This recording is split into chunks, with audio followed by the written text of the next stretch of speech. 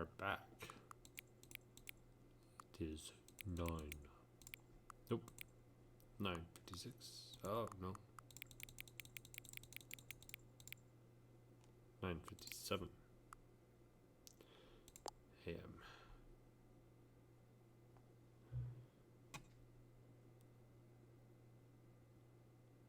Hang on. Before I get started, can I just say something? Thank you for actually setting the clock both times you booted up the game. A lot of people don't take that stuff seriously. They just leave the clock set at 12 and call it a day. But you're actually taking the time to set the clock, and I appreciate that. That's how I know that you care about this experience. You are paying attention. I don't even have any way of knowing if the times you're setting are correct. Tell you what, I'll make you a deal. Since you've been so cooperative, next time you boot up the game and see the screen, just set the clock to your favorite time. Go ahead, pick whichever time you want, even if it's not the correct time. You've earned it. Alright, I'll let you get back to the game now. I'm hearing an echo. That's all.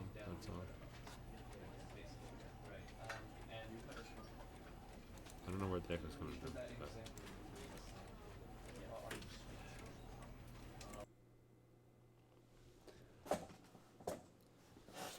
This is the story of a man named Stanley.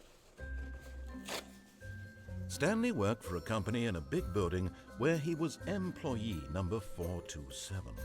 Employee number 427's job was simple.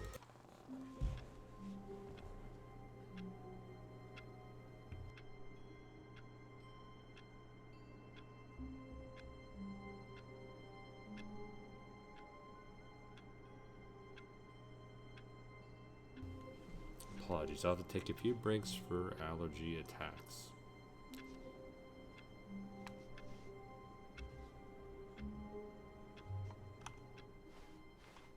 All of his co-workers were gone. What could it mean? Stanley decided to go to the meeting room. Perhaps he had simply missed a memo.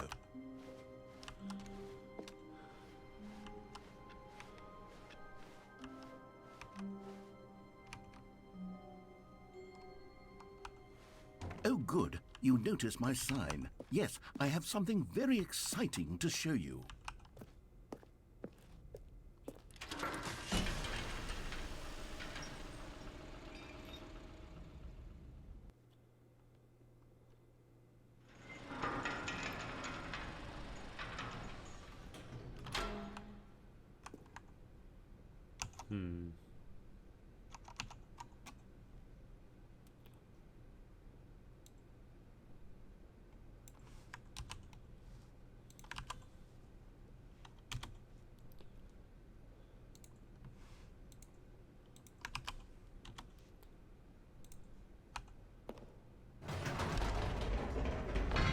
You see, Stanley, I've been reflecting on the Stanley Parable and about how roundly disappointing this ultra deluxe version has turned out to be. The original Stanley Parable was a landmark, and any new content for it should live up to that legacy. So forget this ultra deluxe nonsense. I say we take it one step even further. Which is why I'm very proud to announce for the first time ever, the Stanley Parable 2.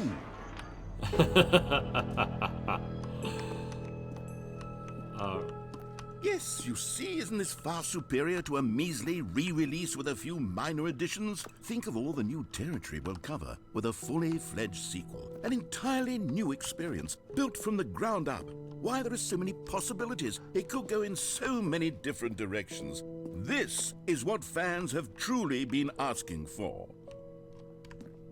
Testing 2 printers at the same time.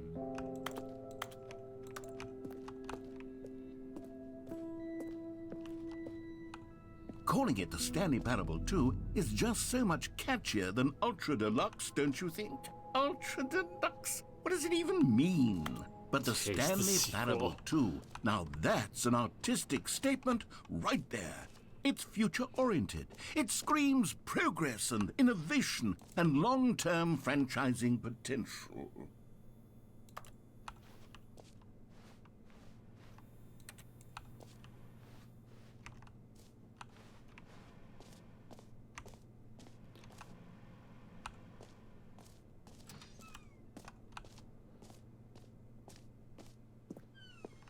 They're back. 2 doors. More TSP. Better TSP. Win-win. Brick and mortar approach. Envelope client centric. The color red.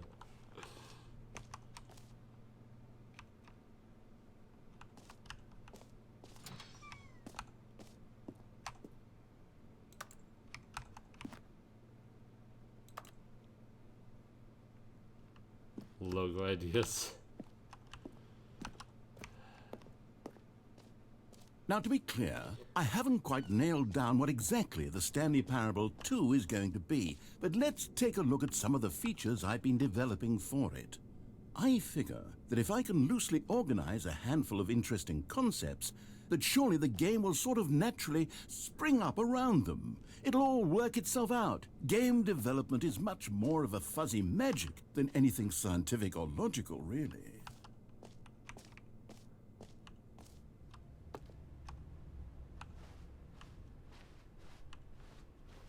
New features. A bus.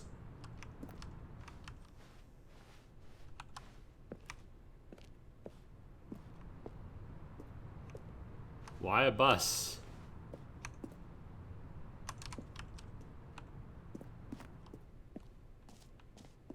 Good heavens. Here we are. Go on, try out some of the new features. The button that says the name of the player that is playing the game. Hear your name in the game. That's new. For the Stanley Parable 2, I asked myself, what do players really want? And of course, the first and most obvious answer is that they want to be individually recognized and validated as people. So with that in mind, my first addition to the game is this button which speaks the name of the person playing the game. Isn't that wonderful? Oh boy. Jim. Sorry, I should have clarified. Right now, the button only says the name Jim. But of course, in the final game, this button will say your name, whatever name that is. Here. Let's have you role-play as Jim to really simulate the full experience of this feature. Just play along. I promise you'll love it. Okay, here we go. Let's take a deep breath, clear your mind, forget whoever you are, and simply become a person named Jim.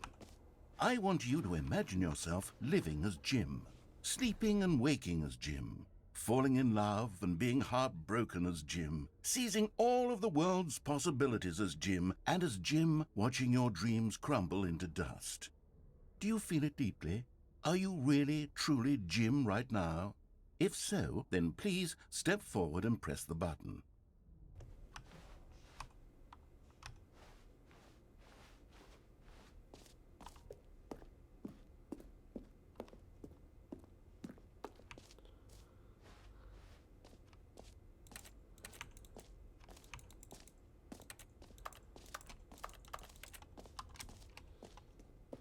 I guess I don't have a choice.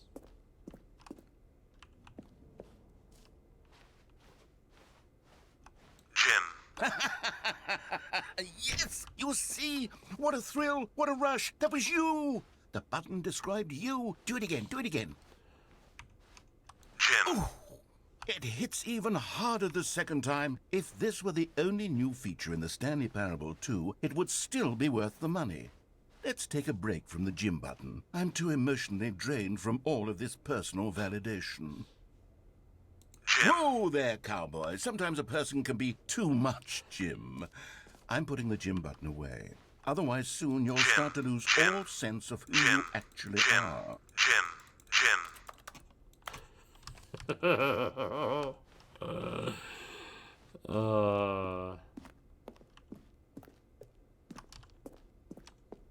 Oh, the name's She-Ra. Bert.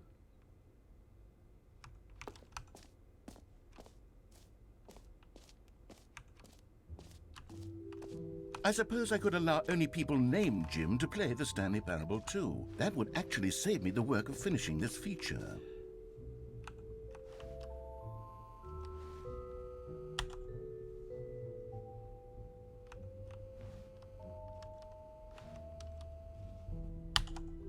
says no screenshots. How do I... Oh, F12.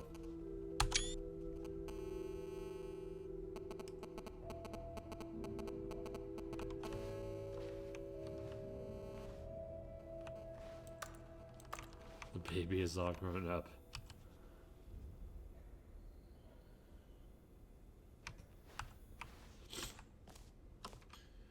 The jump circle info on the button that says name player.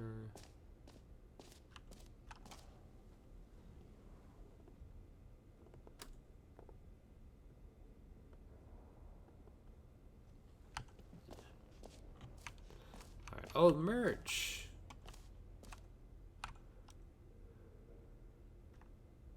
This t-shirt is the best new feature. I like that.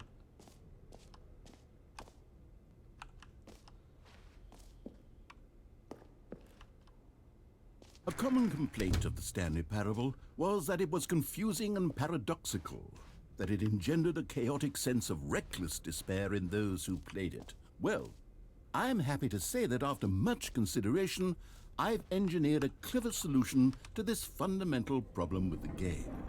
It's the Stanley Parable Reassurance Bucket. You see, Stanley, anytime you're holding the bucket, a sense of calm and ease will fill your mind and your heart. It's true. As long as you hold on to the bucket, the many disorienting contradictions of the Stanley Parable will feel perfectly normal and perhaps even comforting. You may even come to long for the gentle embrace of jarring cognitive dissonance while the bucket is in your arms. And to be honest, it's a much more convenient solution for me than actually redesigning the game to be less uncomfortable. Can you imagine what a pain in the ass that would be? Yes, the bucket is the perfect solution. Come on, give it a try.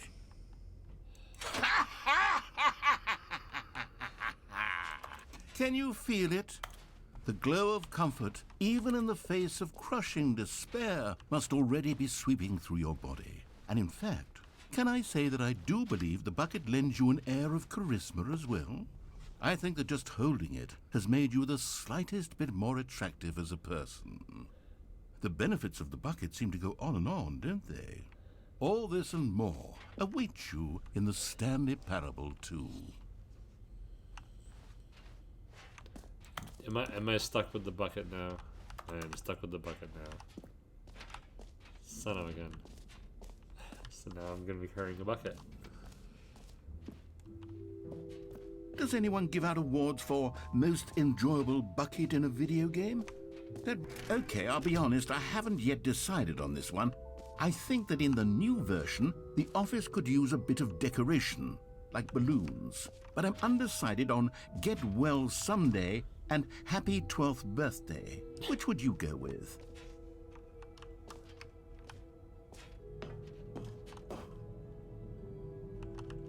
Happy 12th birthday, step-niece. You know, sometimes when you solicit another person's opinion, it makes you realize that you knew which one you actually really wanted all along. Happy 12th birthday, step-niece it is.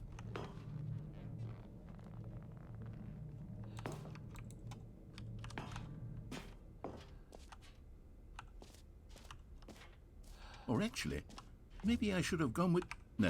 No, I've made my decision. We're moving on.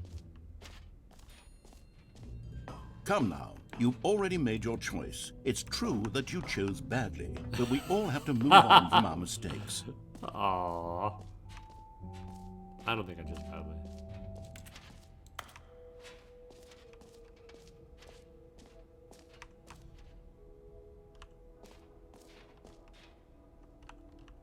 Alright, so... Oh, there's the infinite...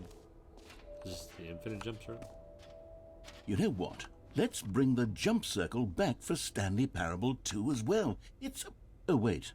You already spent all your jumps the first time we saw the jump circle? Oh, well. I suppose it can just be a nice decorative piece, then.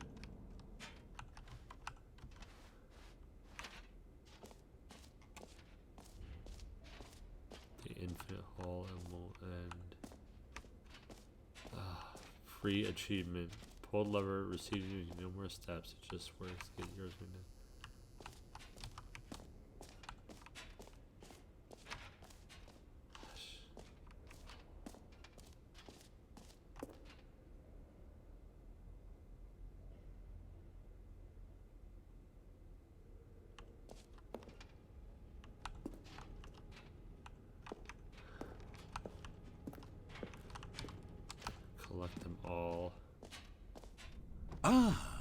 collectibles.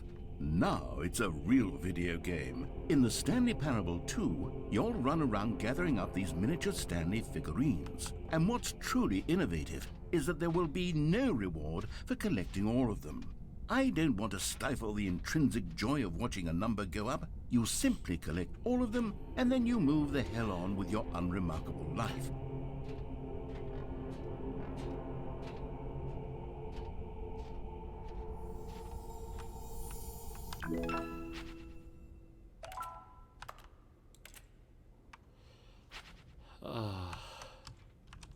Are there actually more? God, it really is the worst when you collect everything in a video game and then they give you a big fancy reward for it. Absolutely tragic.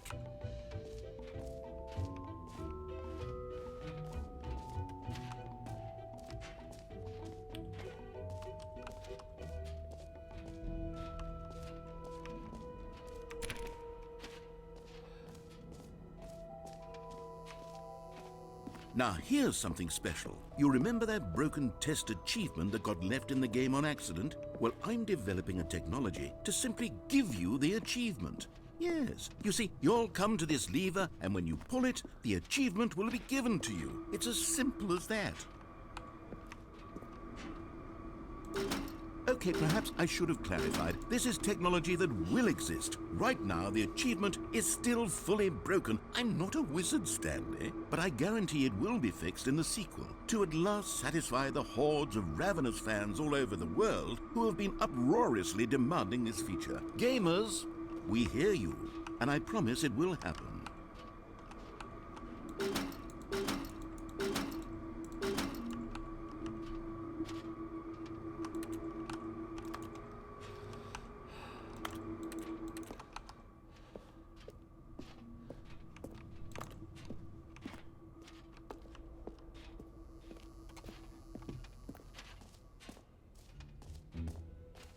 What else? What other exhibits haven't we seen yet? And there's the office. I don't want to go into the infinite hole.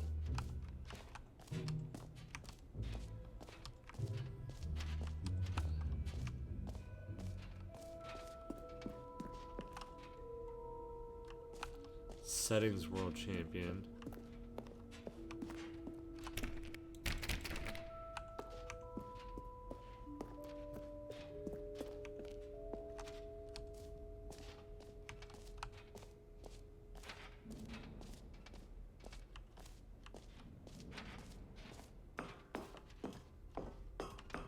An epilogue would be fun, wouldn't it, Stanley? Yes, it will go at the end of the, well, we'll figure that out later.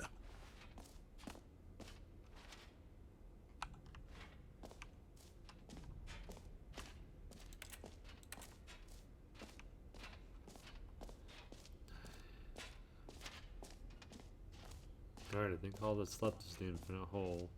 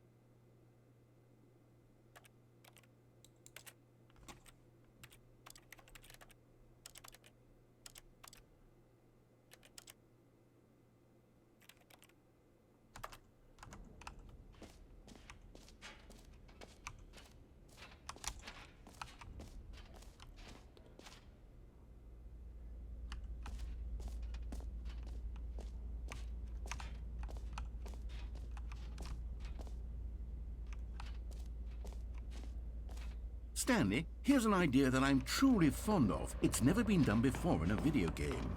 This is, in fact, a hole that you can fall down forever. That's right. Infinite falling.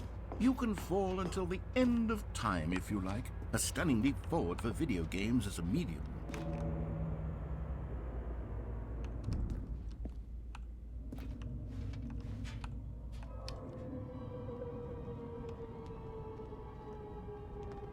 You see, isn't it wonderful?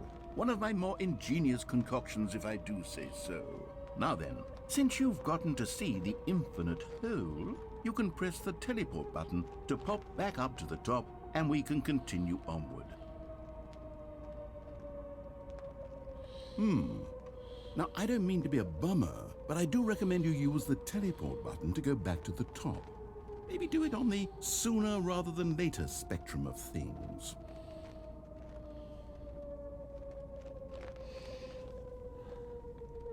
Okay, Stanley, I don't know quite how to say this tactfully, but it's possible that I slightly exaggerated the infinite nature of the hole. Is it a very, very deep hole? To be certain it is.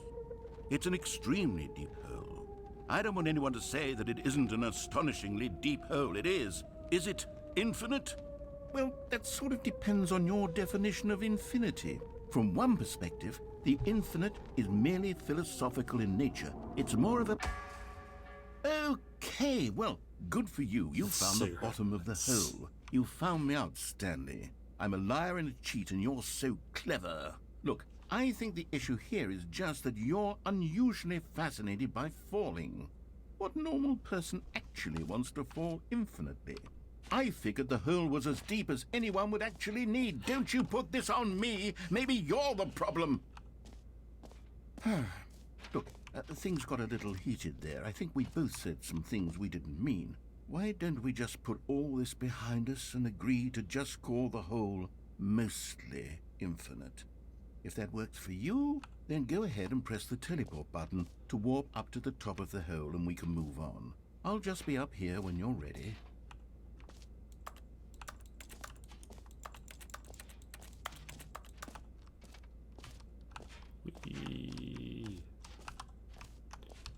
I got a bucket. It's been a while. I just need a rope. And then you can pull me up.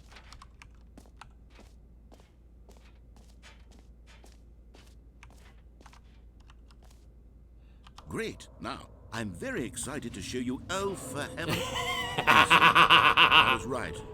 The problem is you. The problem is that you like holes too much. Not normal. A normal person would have said, yep, that's an infinite hole right there. Goes on forever till the end of time. Don't need to see it all, but not you. Oh, no, no, no, no. You have a weird sort of... Oh. Did the hole seem even shorter to you this time? I couldn't help but feel like you spent a little less time in there than you did before. I mean, admittedly, I didn't make an infinite hole, but I didn't think it was that not infinite. Well, I suppose once again there's nothing to do here. If you decide you've had enough of the hole, you can hit the teleport button and come join me up above. Had enough? I'm positively thrilled. Gosh, how could I have guessed? You're back in the hole. If this starts to become a thing where... Wow. Okay. Yes. I'm starting to become extremely certain that the hole is not only not infinite, but that it's growing steadily less and less infinite. I suspect that I'm starting to hit the point where it's no longer feasible to call the hole infinitely deep, even by the lax overall standards for accountability and marketing. What's going on here? Stanley, I have no explanation for the uncertain nature of the hole's length. Here, let's try something. Let's pop back up to the top, and we'll see if it gets any shorter. Well, there it is. The shape. How is this still appealing to you? I know you're obsessed with holes, but at this depth, I just can't see this scratching the itch. Oh, who am I to judge? You just do whatever it is you're here to do and hit the teleport button when you're ready to move on. Is the, teleport button not working? You sure? Well, I mean, I really don't have an explanation. It was working just a moment ago. Try it again. Still nothing? Well, I suppose there is one thing I can do to fix this. I'm out. Goodbye, Stanley. You couldn't bear to be away from the hole, and now you'll get more time with it than you could ever have asked for. It's a win for everyone. You get to be with the hole, I get to do literally anything else. Take care, Stanley. I hope you and the hole have a wonderful rest of eternity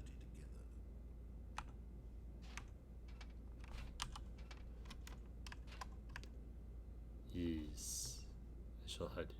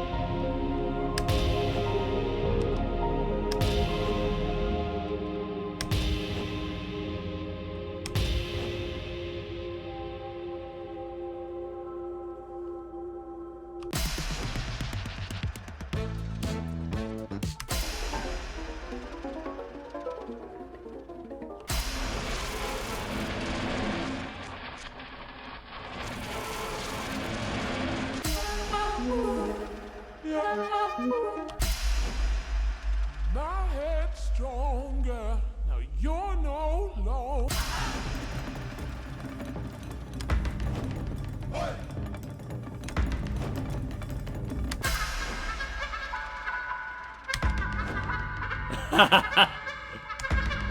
Oh, it's puppies!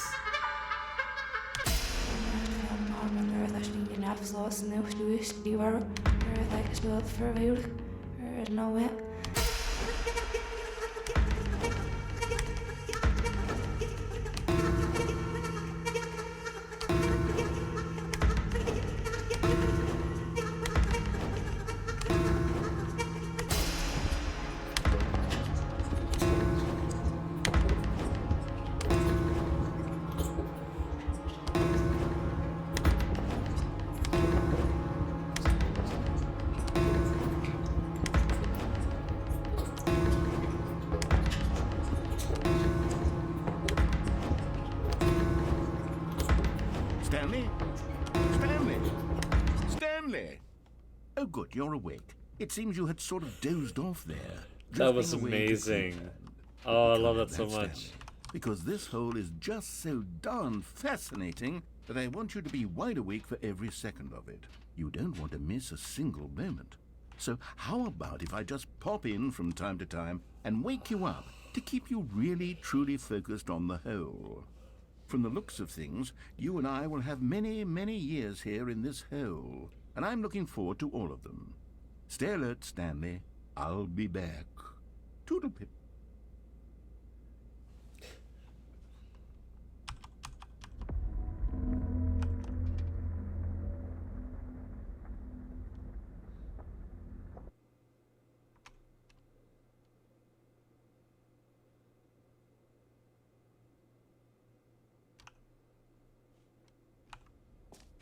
Here we are. Go on, try out some of the new features.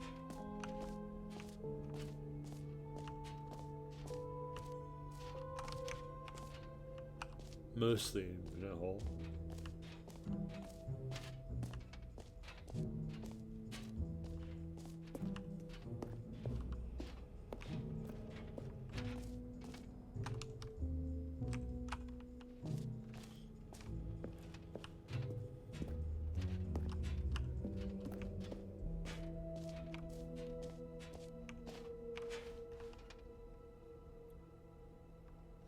Oh, where's the exit? You were here.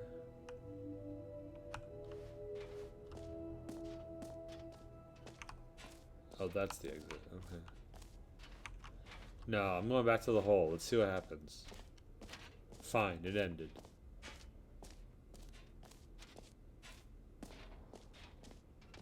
To the hole! There's a hole in my bucket. Dear Liza, dear Liza. Oh, I won't even go in the hole.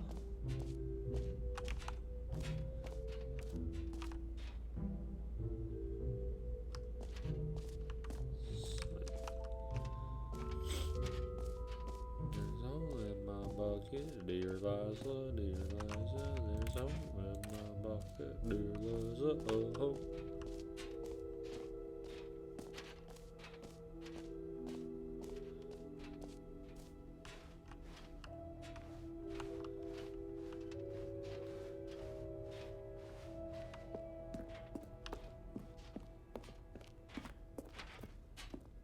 All right. Have you seen everything you wanted to? Ready to move on now?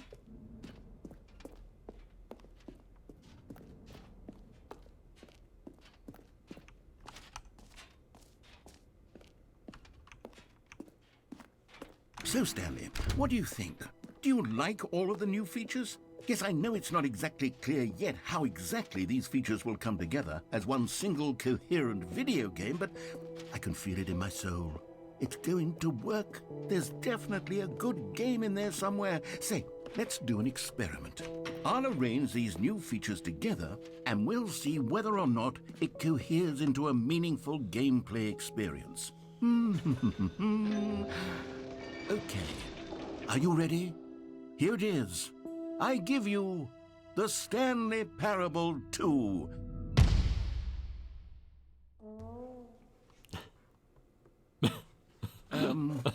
Well, I mean, there's potential here, right? It's sort of... Okay, never mind. Hold on. Let me do a different arrangement. Okay, yes, this is much better. I feel good about this. Here we go. Version 2. Who am I kidding, Stanley? This isn't a coherent video game at all. It's a lot of gags.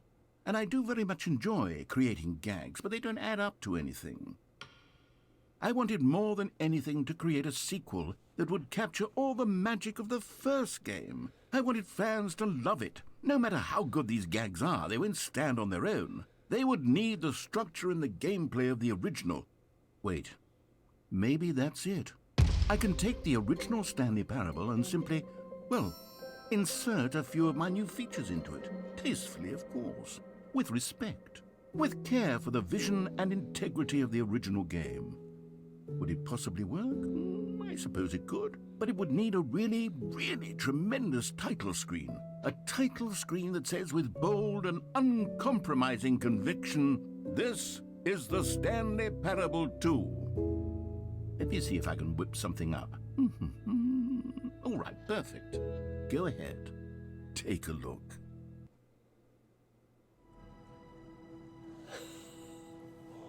Oh my god. Oh my god.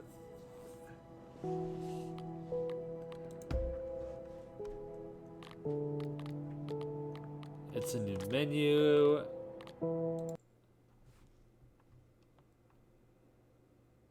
This is the story of a man named Stanley. Stanley worked Now for a there's the company in a big balloons. building where he was employee number 427. Employee number 427's job was simple. He sat at his desk in room 427 and he pushed buttons on a keyboard. Orders came to him through a monitor on his desk, telling him what buttons to push, how long to push them, and in what order. This is what employee 427 did every day of every month of every year. And although others might have considered it soul-rending, Stanley relished every moment that the orders came in, as though he had been made exactly for this job.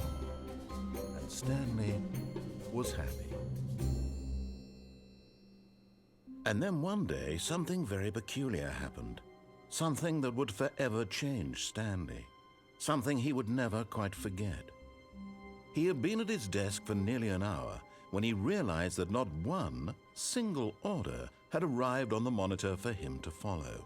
No one had showed up to give him instructions, call a meeting, or even say hi. Never in all his years at the company had this happened, this complete isolation. Something was very clearly wrong. Shocked, frozen solid, Stanley found himself unable to move for the longest time. But as he came to his wits and regained his senses, he got up from his desk and stepped out of his office. All of his co-workers were gone. What could it mean? Stanley decided to go to the meeting room. Perhaps he had simply missed a memo. Stanley felt the bucket calling to him, begging him to pick it up. Why was he not doing it? Stanley picked up the bucket.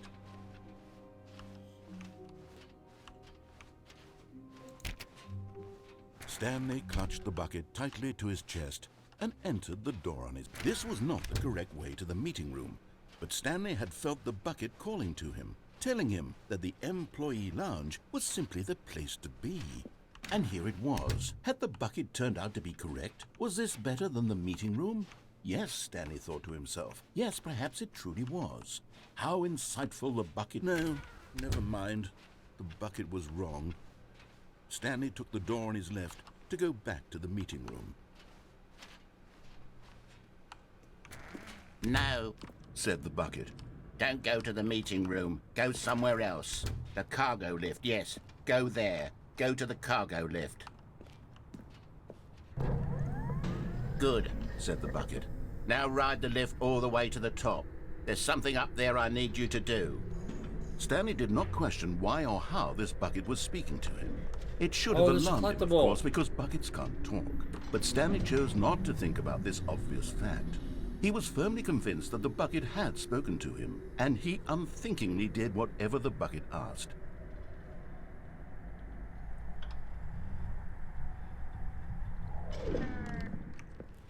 In here, said the bucket. Go into this dark room over here. Stanley once again obeyed blindly.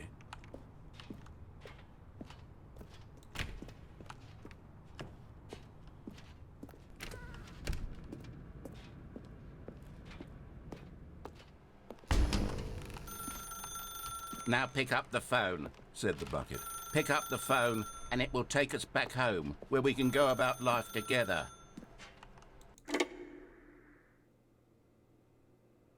This is the sad story of a man named Stanley and his bucket. Once upon a time, I gave Stanley a bucket because I thought he was lonely and could use a friend.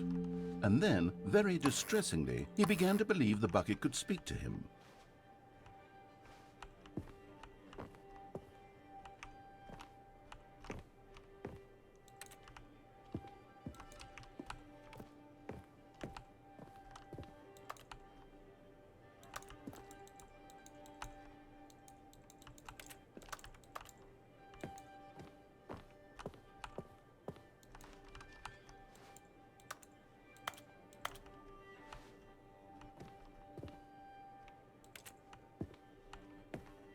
Oh, there's the bucket.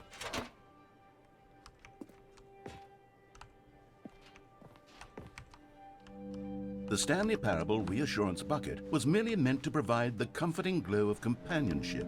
It doesn't literally talk and give you orders. Whatever Stanley is hearing the bucket say to him is just in his head.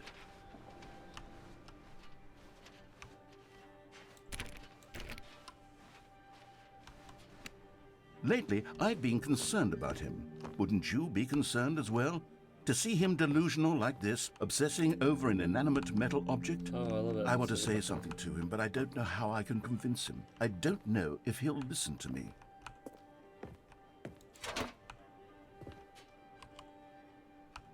Oh, I'll try anyway. Stanley, can you hear me? Listen to me. It's just a bucket. It can't think, it can't talk.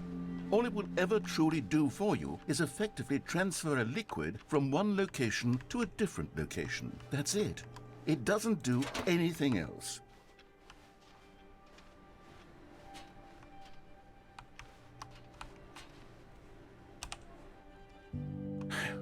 You see, he's not listening. He's still taking orders from the bucket. You know, once upon a time, it was me he took orders from. Me he trusted and listened to. Now all he cares about is his awful bucket. This stupid hunk of metal. It's sad. I suppose he doesn't need me anymore. From now on, he's just going to cling to this bucket, this cold, empty bucket, this sort of shiny bucket. Well, I'll give it this. The bucket does have a nice shine to it.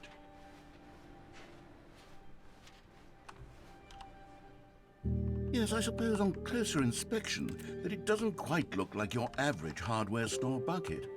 It's just a little more, what am I trying to say? Sturdier, more capable of transporting liquid. Like it would be better at moving an amount of water from one room to another. Oh my God, what am I saying? Better at carrying water from room to room. It's a bucket. It's literally just a bucket. Why do I feel some need to point out the ways in which it's so much more than just a regular bucket?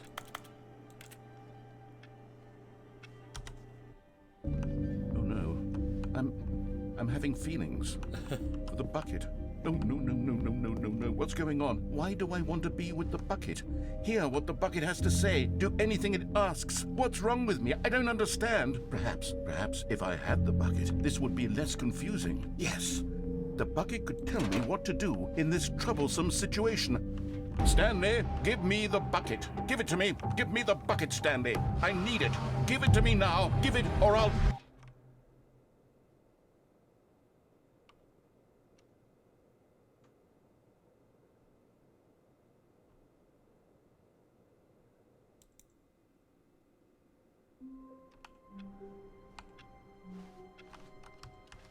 All of his co-workers were gone.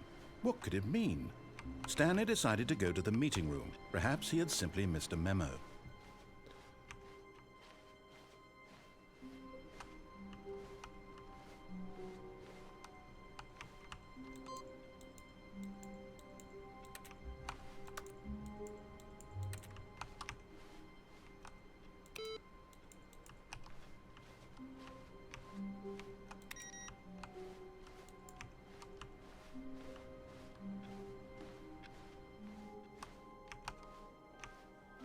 I'm not gonna take the bucket.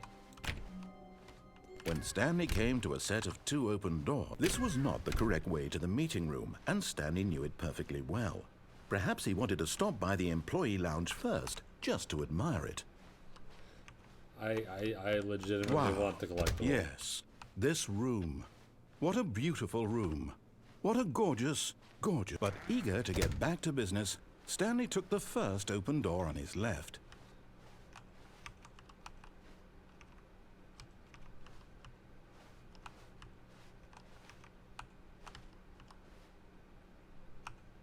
Stanley was so bad at following directions, it's incredible he wasn't fired years ago.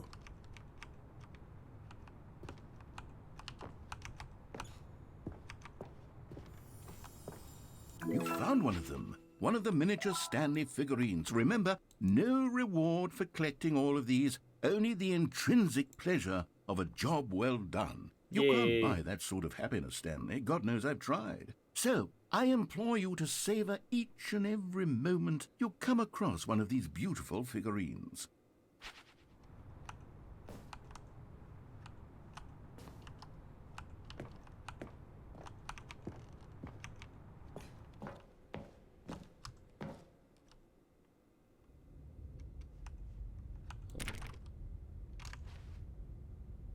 What the heck?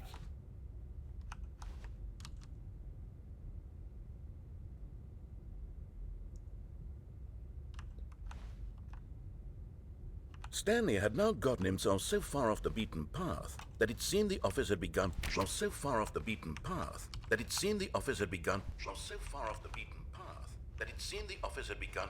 So far off the beaten path that it seemed the office had begun. So far off the beaten path that it seemed the office had begun. So far off the beaten path that it seemed the office had begun. So far off the beaten path that it seemed the office had begun. So far off the beaten path that it seemed the office had begun. So far off the beaten path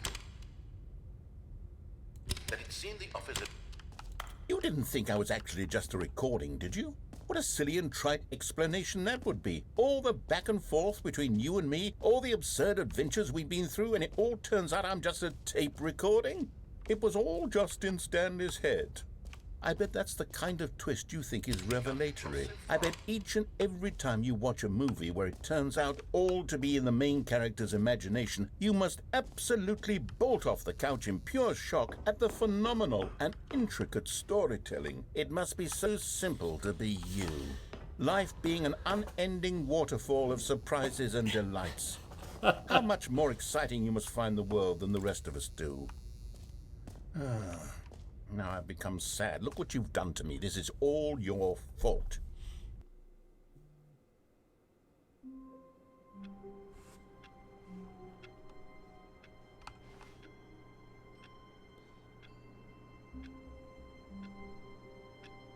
Figurine finders went in the meeting room. All of his co-workers were gone. What could it mean? Stanley decided to go to the meeting room. Perhaps he had simply missed a memo.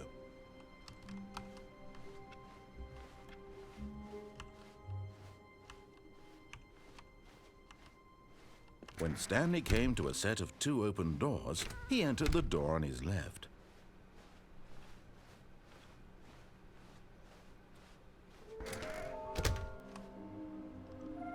Places to search stairs, something to do stairs, somewhere both red and blue.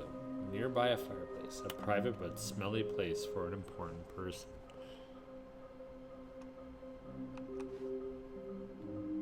Trust the completionist instinct. Beware of the false prophet.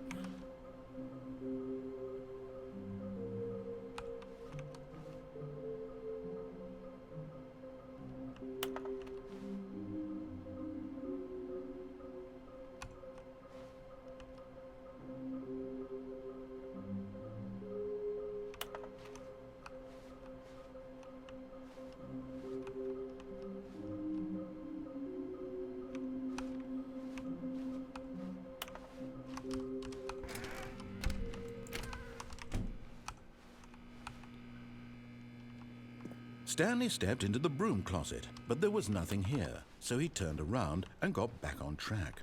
Coming to a staircase, Stanley walked upstairs to his boss's office. Another miniature Stanley figurine. Yay. There's, there really must be a snappier name for these things. What about mini stands? Stanley figs? What about Stanlerines? Yes, I think I like that. Another Stanlerine under your belt.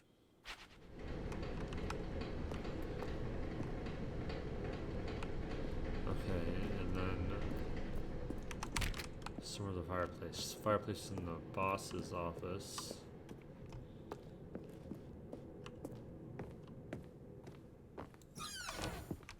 Exactly the bathroom. Okay, I'm going back to the name of these little Stanley figurines, and now I'm torn between Stanlerines and Figlies. What do you think, Stanley?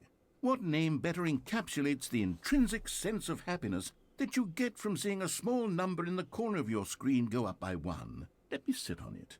I'm sure it will come to me. Don't sit on the figurine.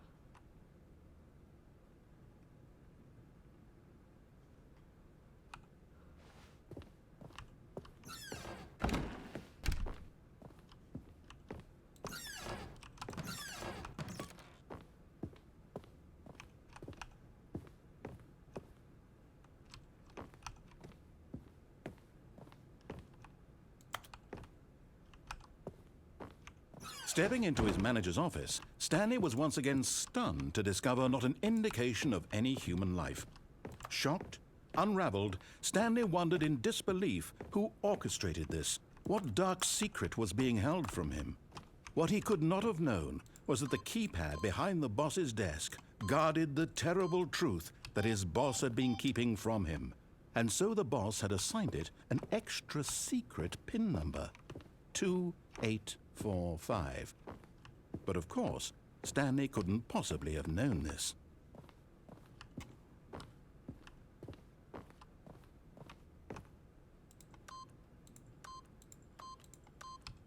Yet incredibly, by simply pushing random buttons on the keypad, Stanley happened to input the correct code by sheer luck. Amazing. He stepped into the newly opened passageway. This is the fireplace area, so I'm assuming it's going to be in here. Yeah! You're getting close now, Stanley. You've nearly gotten all of the Figler and Marines. Very soon, you'll collect the last one, and then the first number will equal the second number, Some more and red that and will blue. be it. We'll be different people by then. Different in the sense that we used to have none of them, and now we have them all. You can't go back to when you had no Figler and Marines. None of us can.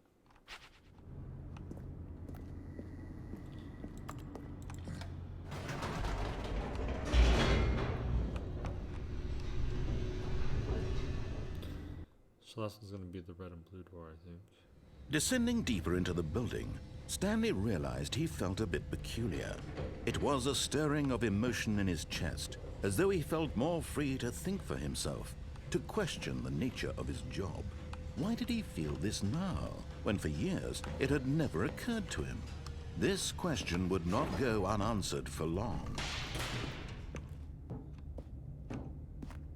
Stanley walked straight ahead through the large door that read Mind Control Facility. Although this passageway had the word escape written on it, the truth was that at the end of this hall, Stanley would meet his violent death. The door behind him was not shut. Stanley still had every opportunity to turn around and get back on track. At this point, Stanley was making a conscious, concerted effort to walk forward and willingly confront his death. There's red.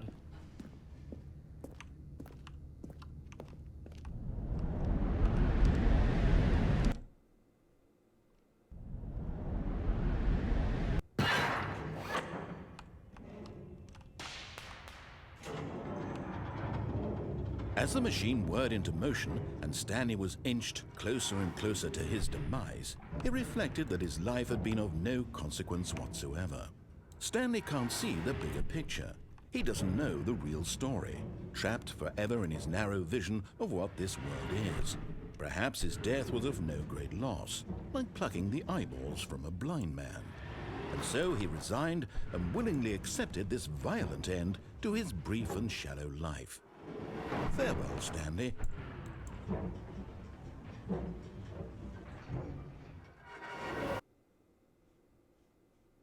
"Farewell, Stanley," cried the narrator, as Stanley was led helplessly into the enormous metal jaws. In a single visceral instant, Stanley was obliterated as the machine crushed every bone in his body, killing him instantly.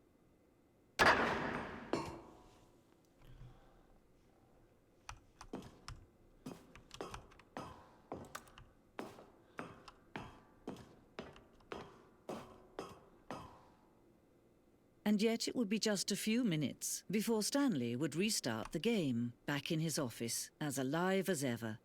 What exactly did the narrator think he was going to accomplish? When every path you can walk has been created for you long in advance, death becomes meaningless, making life the same. Do you see now? Do you see that Stanley was already dead from the moment he hit start?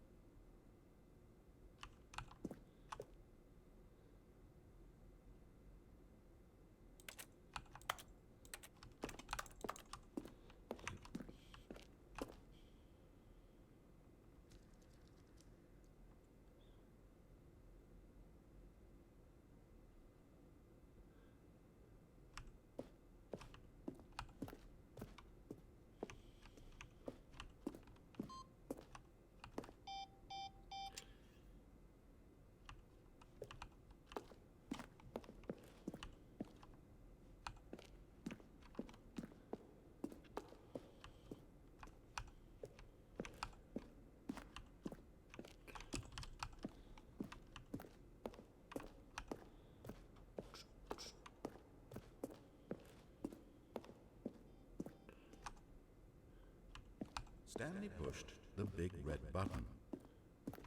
Stanley stood on the roof. Then he pushed the number 4. Then he pushed the number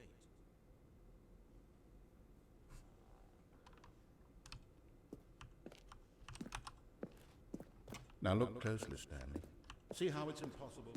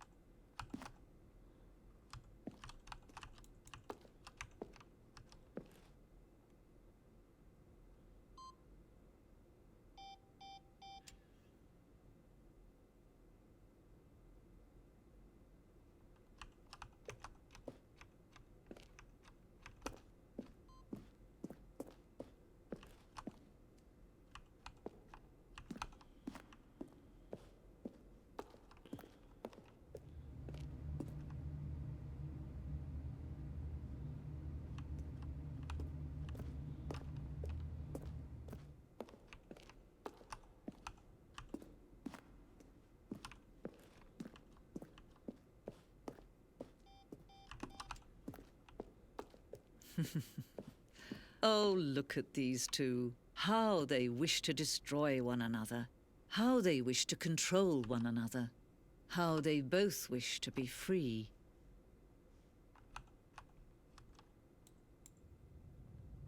Can you see? Can you see how much they need one another? No, perhaps not. Sometimes these things cannot be seen. But listen to me. You can still save these two. You can stop the program before they both fail. Push escape and press quit. There's no other way to beat this game. As long as you move forward, you'll be walking someone else's path. Stop now and it'll be your only true choice. Whatever you do, choose it. Don't let time choose for you.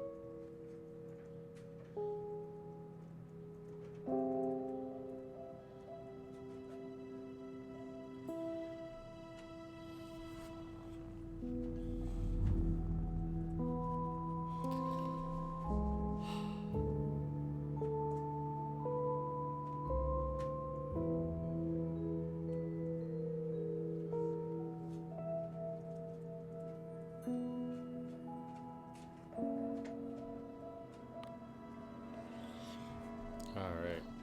I'm gonna be right back and get myself something to eat.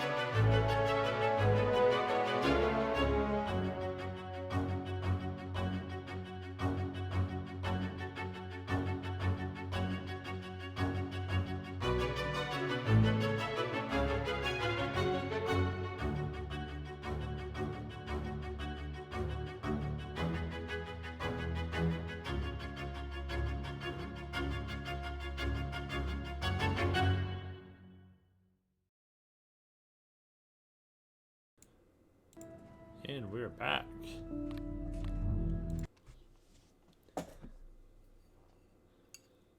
This is the story of a man named Stanley. Stanley worked for a company in a big building where he was employee number 427. Employee number 427. All of his co-workers were gone. What could it mean? Stanley decided to go to the meeting room. Perhaps he had simply missed a memo. So now to find the red-blue door. When Stanley came to a set of 2 open doors, this was not the correct way to the meeting room, and Stanley knew it perfectly well. Perhaps he wanted to stop by the employee lounge first, just to admire it. The lounge was sublime, a work of art. But eager to get back to business, Stanley took the first open door on his left. Stanley was so bad at following directions, it's incredible he wasn't fired years ago.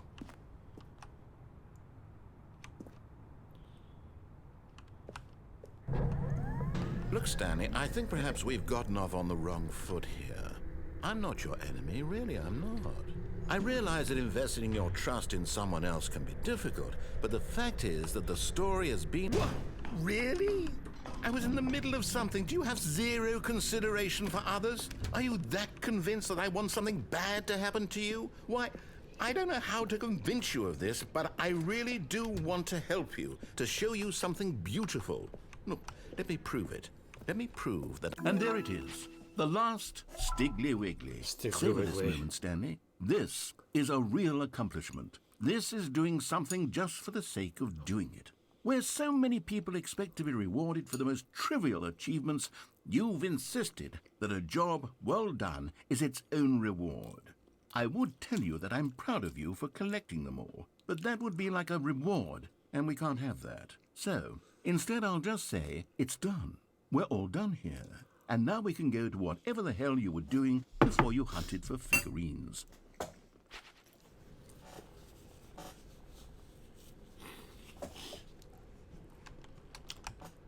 Now listen carefully, this is important. Stanley walked through the red door. Oh, thank God you are willing to listen to me.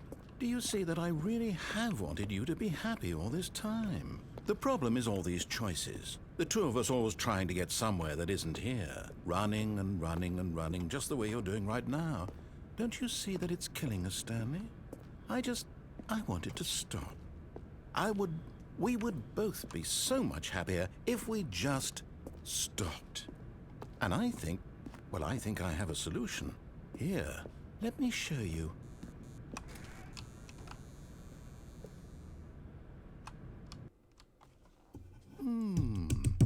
What do we want? What are we looking for?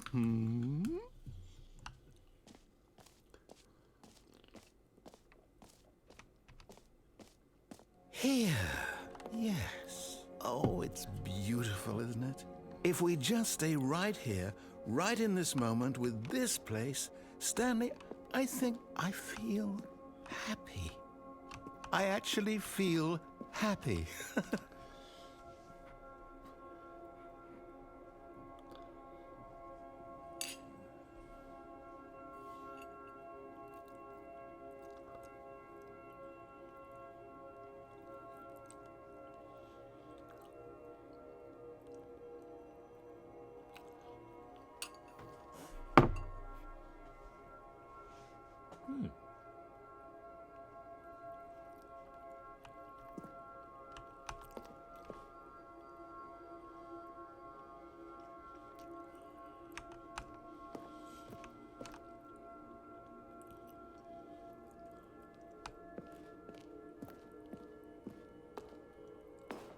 No, wait. Where are you going? Oh, no. Stay away from those stairs. If you hurt yourself, if you die, the game will reset. We'll lose all of this. Please, no, Stanley, let me stay here. Don't take this from me. Please, Stanley, think about what you're doing. No! Oh. Thank God, you lived. You have me worried there for... No. No, what are you doing, Stanley? Please, I'm asking you not to take this away from me. I can't go back to what I was before. If you die, we'll both go back. Why are you doing this? Stanley, let's go back to the other room. Can you do that for me?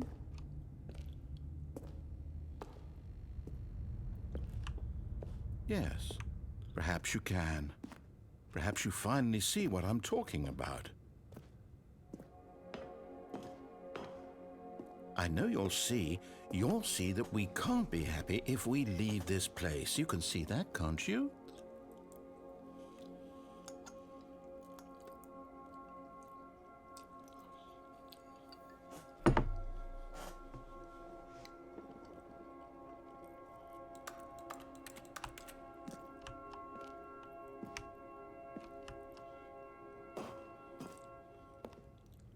No, perhaps not.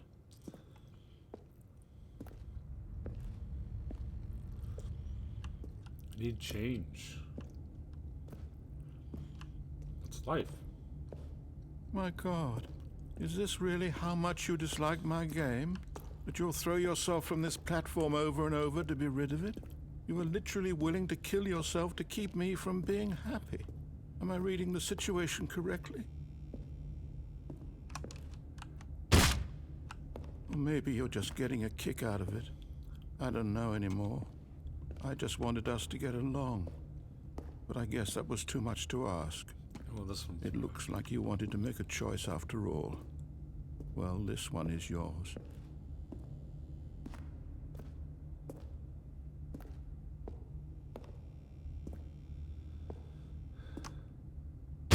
Is it over? It's going to restart, isn't it? I'm going back.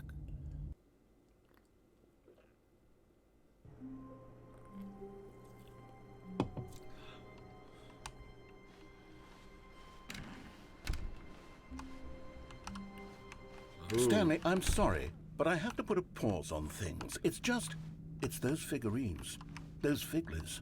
I haven't stopped thinking about them since you nabbed every last one. Wasn't it just the most intrinsically fulfilling moment of your entire life? Didn't it fill you to the brim with inner richness? Yes, I know we're supposed to be telling a story, but won't you please indulge me with one more trip back to the memory zone? I would love nothing more than to revisit the figurines. Just one more time.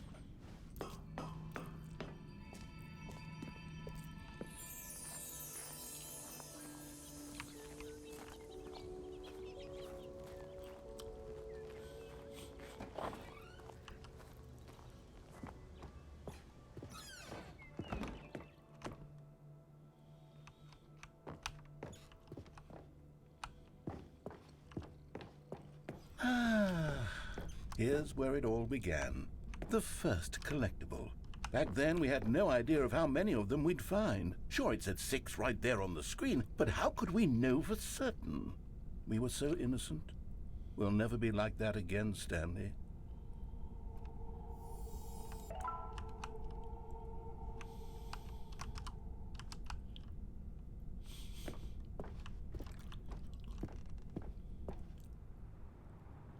And here was a second Stanley.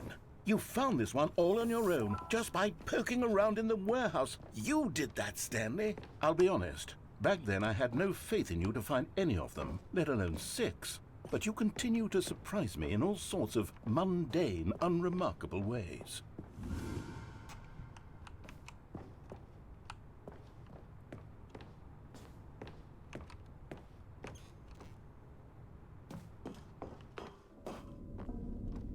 Okay, let's do a little quiz. Which of these rooms was the room you found your third mini Stan? Can you remember?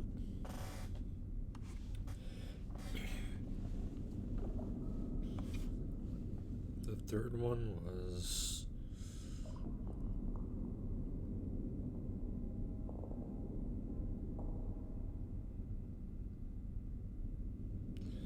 I want to say the third one was under the stairs.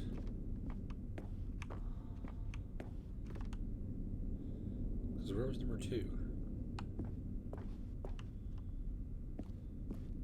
Hey! Okay, that's exactly right. It was here, under the stairs. It was the third one. You picked it up, and then after that, you had 3 of them.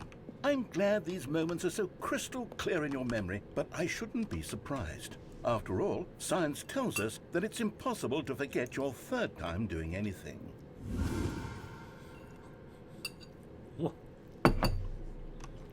Let's see, what came next? Oh yes, we found a Figley in this pink room. Well, I can't actually say I remember being in this room, but it's here in the memory zone, so it must have happened.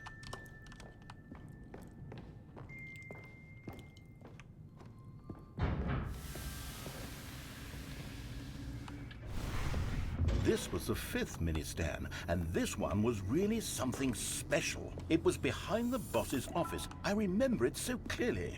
In fact, because this one is particularly special to me, I made a little video to commemorate the occasion. Enjoy.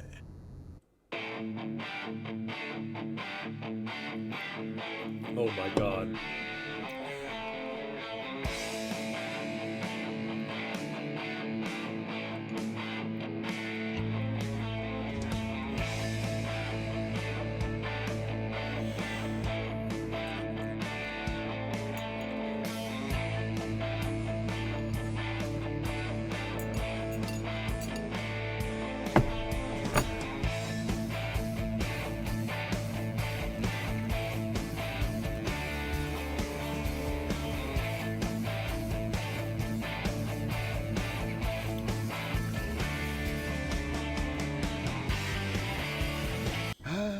Takes you back, doesn't it?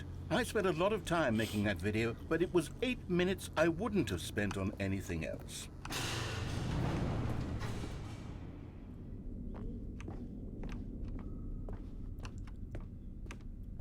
Like I'm in Twin Peaks. And then, Stanley, then we came to the last collectible, the final figurine, right here by the red and blue doors. This memory is the most distinct and clear in my mind, perhaps because it was the one that happened more recently than all the others. Who can truly say how the mind works? All I know is that this is the moment where you picked up a Figley and I thought to myself, yes, that's all of them. They're all collected. It was a moment unlike any other. Except for the other moments picking up figurines, which it was exactly like.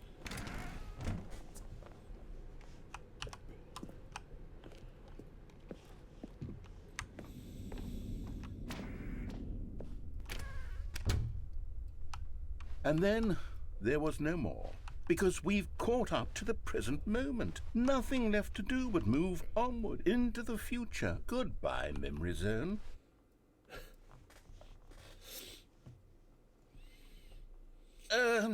No, I'm not done. I'm not ready to move on. Stop the loading screen. Isn't there some way we can stay here, keep enjoying these figurines? Let's just go backwards. We'll do the memory zone again from the opposite direction. See how that feels.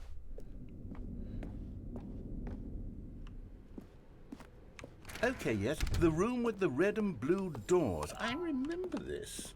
I must say, of all the figurines we looked at in our initial tour of the memory zone, this one is the most distinct and clear in my mind. Let's keep going, I want more.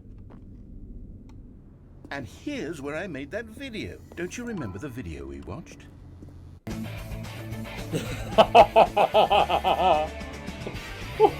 Yes, I love that video.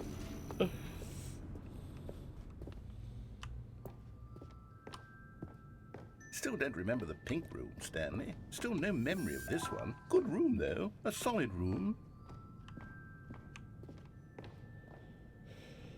These really were a treat to hunt down. You know, if there had been any kind of reward for finding all of these, it really would have muted the intrinsic joy of collecting them. I'm very glad we resisted the temptation.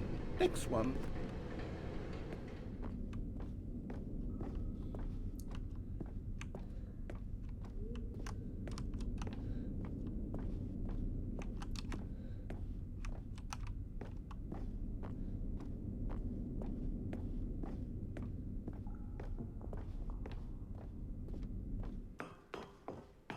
This was our second Figley. Don't you remember? Yes, I remember it too.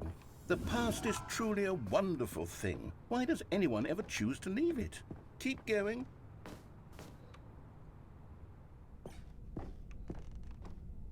This is it, the very first one we found in the exhibit where I introduced you to the figurines. Oh, I want more memories, Stanley. I want to keep going. What else is there? What came before this?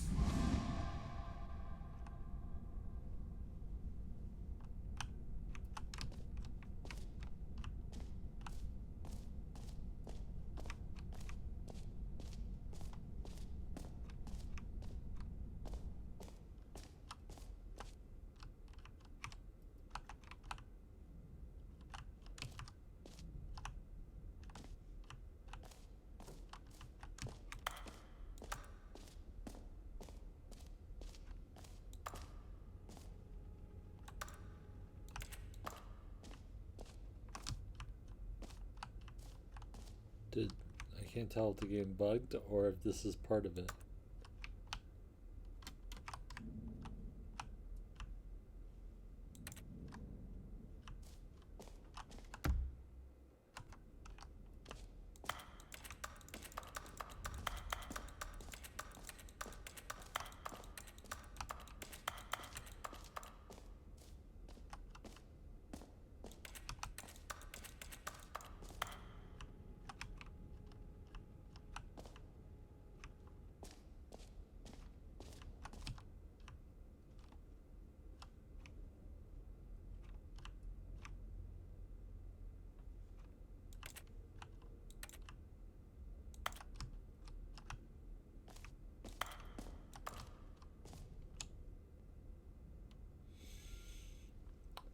Alright, I'm gonna have to look up and see because I feel like this might have broken.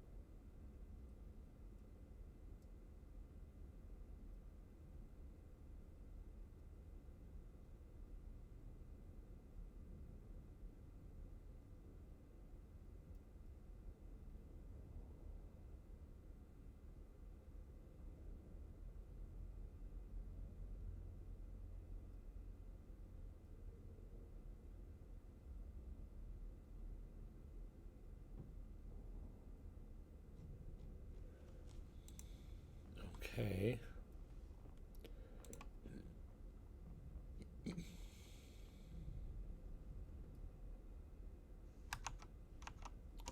Alright, so it seems this actually might be a bug.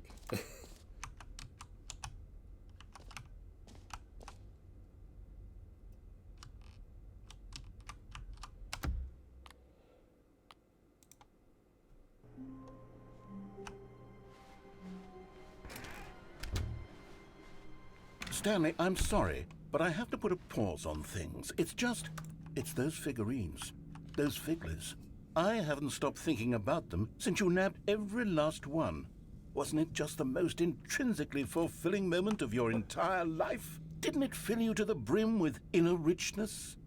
Yes, I know we're supposed to be telling a story, but won't you please indulge me with one more trip back to the memory zone? I would love nothing more than to revisit the figurines. Just one more time. Was there last time?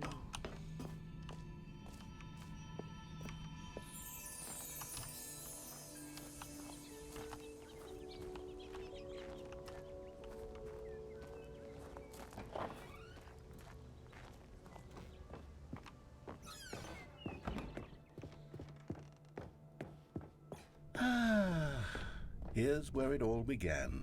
The first collectible. Back then, we had no idea of how many of them we'd find. Sure, it said 6 right there on the screen, but how could we know for certain? We were so innocent. We'll never be like that again, Stanley.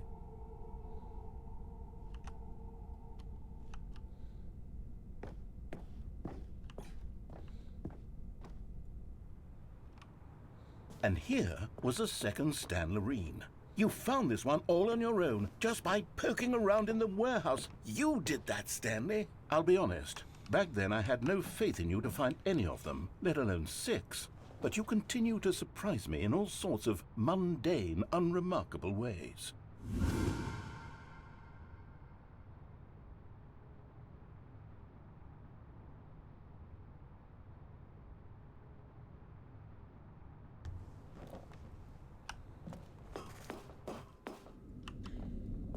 Okay, let's do a little quiz. Which of these rooms was the room you found your third mini-Stan? Can you remember? Hey, that's exactly right. It was here, under the stairs. It was the third one. You picked it up, and then after that, you had 3 of them. I'm glad these moments are so crystal clear in your memory, but I shouldn't be surprised. After all, science tells us that it's impossible to forget your third time doing anything. Let's see, what came next? Oh yes, we found a Figley in this pink room. Oh well, I can't actually say I remember being in this room, but it's here in the memory zone, so it must have happened. This was the 5th mini-Stan, and this one was really something special. It was behind the boss's office. I remember it so clearly. In fact, because this one is particularly special to me, I made a little video to commemorate the occasion. Enjoy. I gotta watch the video again. Son of a gun. I can't tell if this is all intentional or not.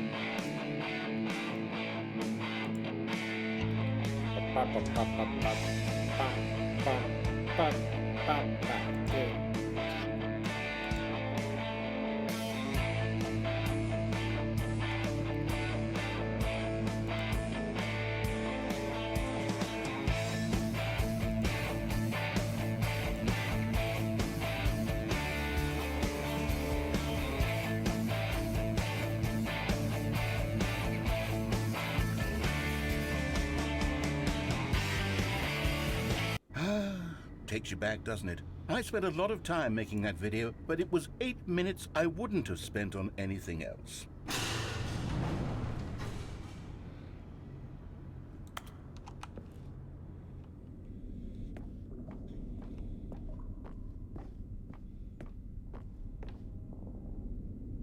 And then, Stanley, then we came to the last collectible, the final figurine, right here by the red and blue doors. This memory is the most distinct and clear in my mind, perhaps because it was the one that happened more recently than all the others.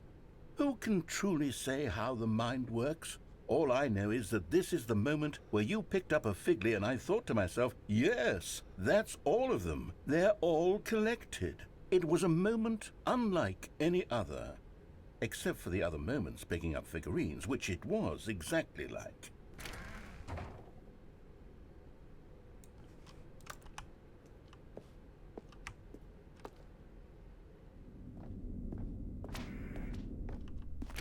And then there was no more, because we've caught up to the present moment. Nothing left to do but move onward into the future. Goodbye, Memory Zone.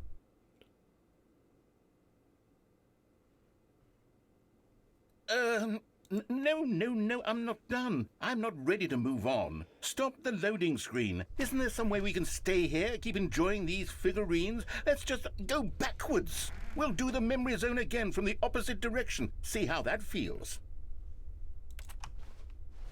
Alright, let's see if it works this time. Okay, yes, the room with the red and blue doors. I remember this. I must say, of all the figurines we looked at in our initial tour of the memory zone, this one is the most distinct and clear in my mind. Let's keep going, I want more. And here's where I made that video. Don't you remember the video we watched?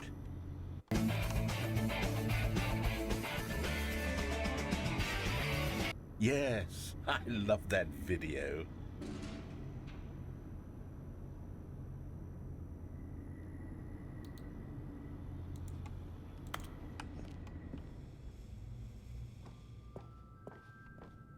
Still don't remember the pink room, Stanley. Still no memory of this one. Good room, though. A solid room.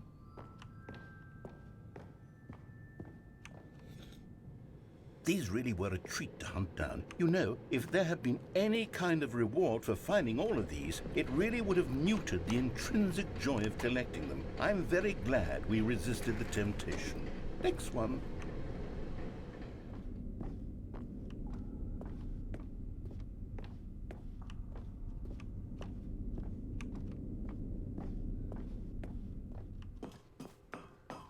This was our second Figley. Don't you remember? Yes, I remember it too. The past is truly a wonderful thing. Why does anyone ever choose to leave it? Keep going.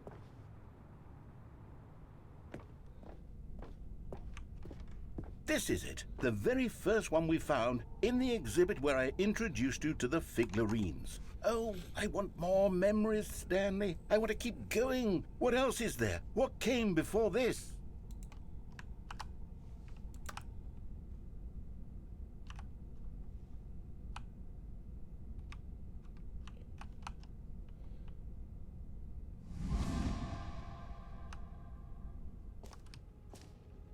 Yeah, so yeah, I got bugged. Okay.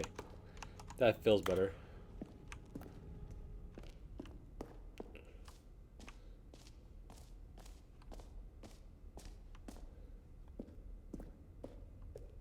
Look, it's the terrible new content that we were originally sold on. I remember hating it back then. But time does put a rosy filter on everything. Oh, yes, the two doors. Who could have forgotten that? A classic memory, this one. And before everything else, there was your office. Is there anything else? Was there something that came before your office? There's something I feel I can remember. I can remember. Yes, I'm remembering something now. I remember before this whole story got started. Back then I was different.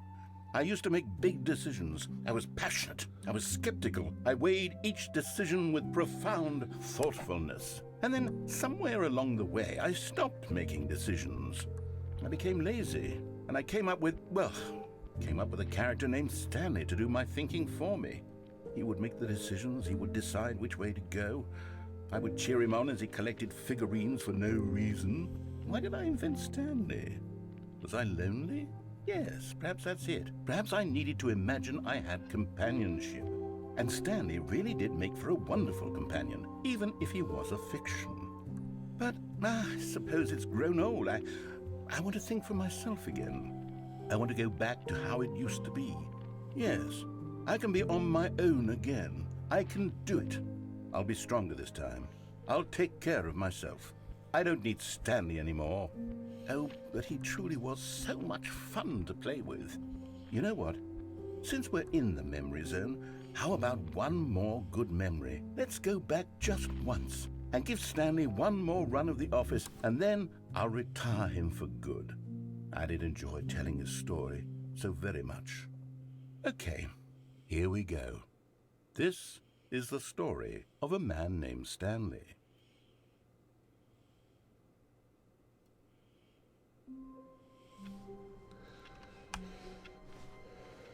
All of his co-workers were gone. What could it mean? Stanley decided to go to the meeting room. Perhaps he had simply missed a memo.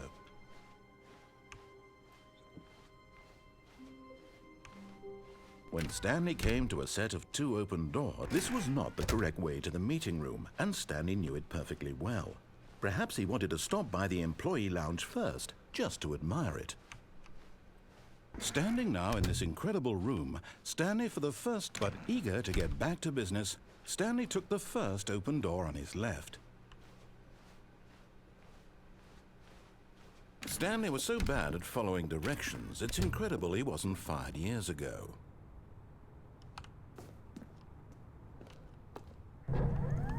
Look, Stanley, I think perhaps we've gotten off on the wrong foot here. I'm not your enemy, really, I'm not. I realize that investing your trust in someone else can be difficult, but the fact is that the story has been about... What? But in his eagerness to prove that he is in control of the story and no one gets to tell him what to do, Stanley leapt from the platform and plunged to his death. Good job, Stanley. Everyone thinks you are very powerful. All of his co-workers were gone.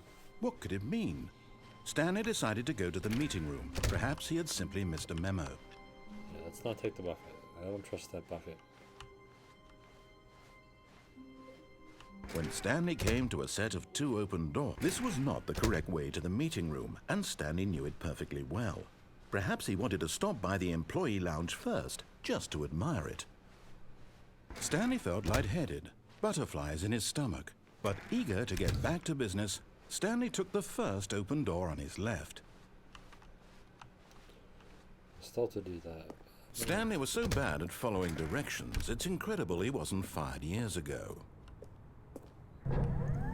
Look, Stanley, I think perhaps we've gotten off on the wrong foot here. I'm not your enemy, really, I'm not. I realize that investing your trust in someone else can be difficult, but the fact is that the story has been about nothing but you all this time. There's someone you've been neglecting, Stanley. Someone you've forgotten about. What? Really? I was in the middle of something. Do you have zero consideration for others? Are you that convinced that I want something bad to happen to you? Why, I don't know how to convince you of this, but I really do want to help you, to show you something beautiful. Look, let me prove it. Let me prove that I'm on your side. Give me a chance. Now listen carefully, this is important. Stanley walked through the red door. Aha, perhaps you misunderstood. Stanley walked through the red door. I still don't think we're communicating properly. All right, fine, go ahead, Stanley. You want to know so badly what's out there? You want to find out what lies at the end of this road you've chosen? Well, don't let me stop you. You see? There's nothing here. I haven't even finished building this section of the map because you were never supposed to be here in the first place. Broken rooms, exposed developer textures. Is this what you had wanted? Was it worth ruining the entire story I had written out specifically for you? Do you not think I put a lot of time into that? Because I did. And in the end, it was all for nothing. Because this is what you wanted to see. Help me here, Stanley. Help elucidate these strange and unknowable desires of yours. What would have made this game better? What did you want to see? Vehicles? Skill trees? Work with me. You've given me absolutely nothing so far. Tell you what. Let me take a stab in the dark at a new design, and you can give me some feedback. There we go. A third option. This already feels leaps ahead of where we were before. Go ahead, Stanley. Take it for... Okay, I'm going to stop you there. Now, tell me about your experience with this new version. Would you say that the game benefited from allowing you more choices? Feel free to be honest. I'm looking for some real critical feedback here. Oh, of course. A 3. Really? Maybe next time we can get you to form an actual opinion, you know? Any level of critical thinking or engagement with your surroundings? Does that sound good? Think we can do that? Yes? Wonderful. Here, based on the data from your previous playthrough, I've compiled a new version. And to be perfectly candid, I think I've knocked it out of the park with this one. Let's take a look.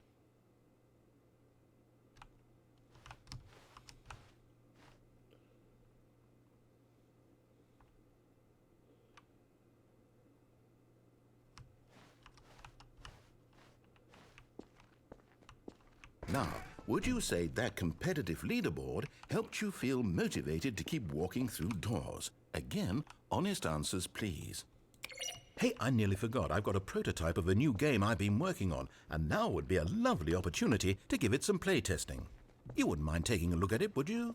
Perfect. Let me boot it up. In this game, the baby crawls left towards danger. You click the button to move him back to the right, and if he reaches the fire, you fail. It's a very meaningful game, all about the desperation and tedium of endlessly confronting the demands of family life. I think the art world will really take notice. But of course, the message of the game only becomes clear once you've been playing it for about 4 hours. So why don't you give it 4 hours of play to make sure it's effective? Be sure to keep notes on your experience.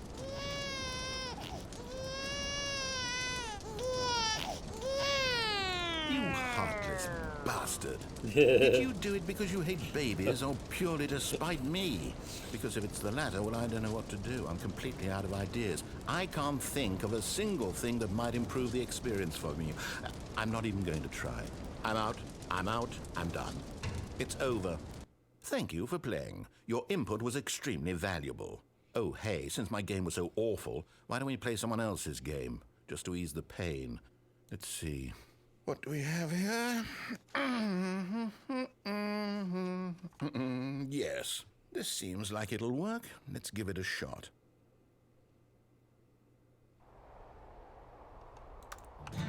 Aha! Fascinating. What do you think this game is about, Stanley? What's our backstory? What is our motivation?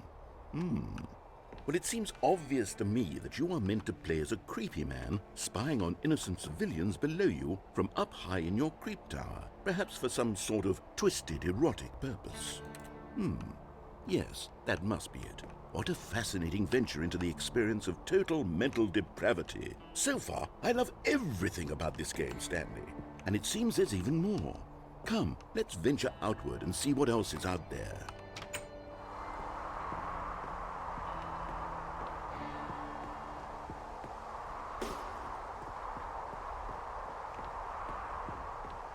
Oh, no. No, it can't be. It is. It's an open world game. Good God, quickly block it off. Oh, thank goodness, Stanley. What a close call. You nearly wandered off into that thing. That big, open, just wandering around. No right or wrong directions. No path to follow. You can just go in any... Oh, thank heavens we avoided it. We're out of the woods now, Stanley. Okay, I'm going to get us out of here. Let's find another game. Preferably something with walls. Something with nice, big, insurmountable walls. Okay, I think this will be just the thing. Wonderful. See, this is exactly what I had in mind. Just a nice big box for you to run around in. There isn't any possibility that you could get lost here. Now this is game design. Stanley, if you manage to get lost in this game, I will be phenomenally impressed. Okay, so what exactly do we do here? Let's see. There are lots of cars here in the back, but obviously there's no racetrack. Okay, I'm seeing that there's a ball of some kind back here. Is this game sports ball? Stanley, I think it's sports ball. Oh, what fun. We shall run the bases and do a touchdown together? Yes, I think surely we must. Okay, Stanley, here's the ball. Have fun.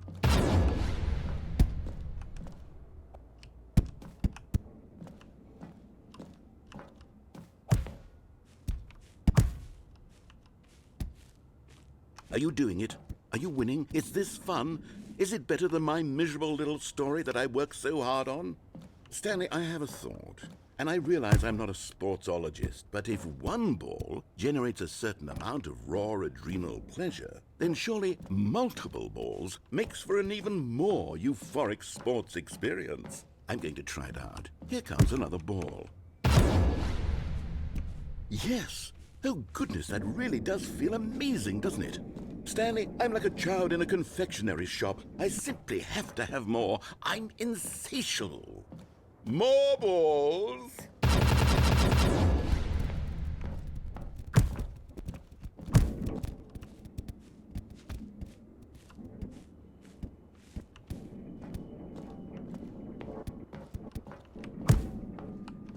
Are you enjoying this, Stanley? Are you having fun? Is this a real video game? Well, I sure hope you're having a good time, because guess what? It's over. That's right. Your little fun comes to an end. This is my game, and what I say goes. You get to have fun when I let you, Stanley. Besides, you need someone like me to set boundaries for you. Without rules or boundaries, video games are nothing. Yes, that's what I am. I am structure. I'm your sense of purpose. And since you decided you didn't want to play my game, now I don't want to play with you either. So, goodbye, Stanley. I'm leaving. See how you like it when I'm not around to set the rules. Somehow, I don't think you'll enjoy it as much. But who knows? You're an inventive kid. You'll come up with something. After all, you're the one who knows best. Take care, Stanley.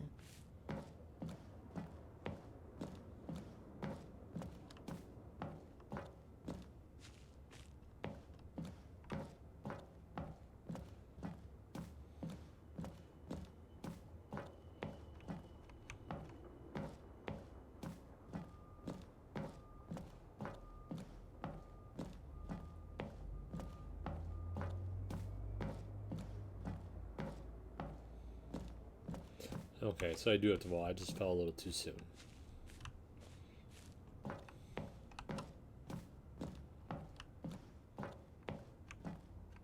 Hold on. What are you doing?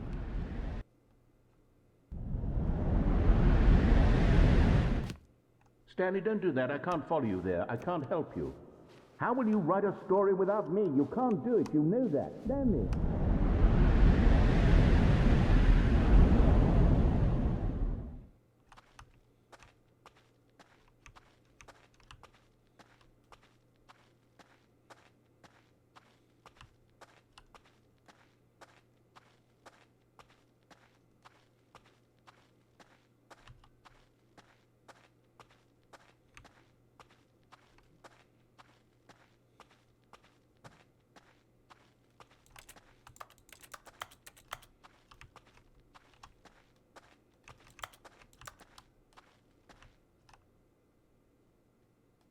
I wonder what he found.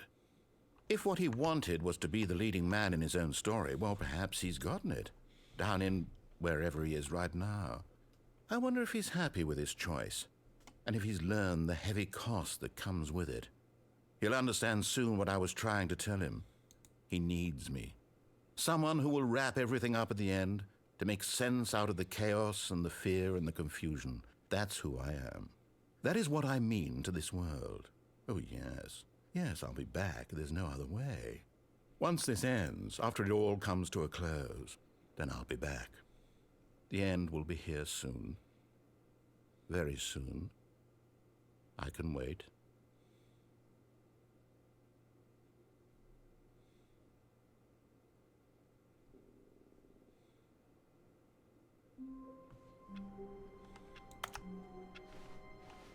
All of his co-workers were gone.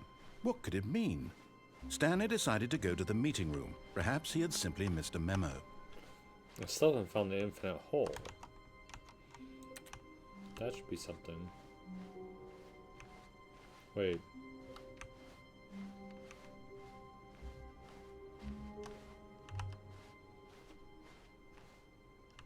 When Stanley came to a set of 2 open doors, he entered the door on his left.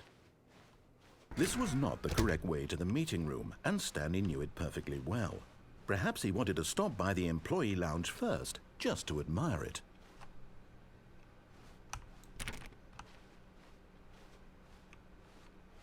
The lounge was grand, majestic, perhaps too majestic.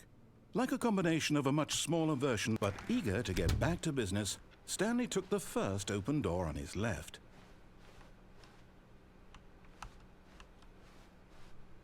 Stanley was so bad at following directions, it's incredible he wasn't fired years ago.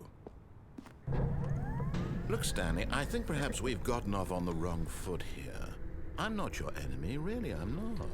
I realize that investing your trust in someone else can be difficult, but the fact is that the story has been about nothing but you all this time. There's someone you've been neglecting, Stanley.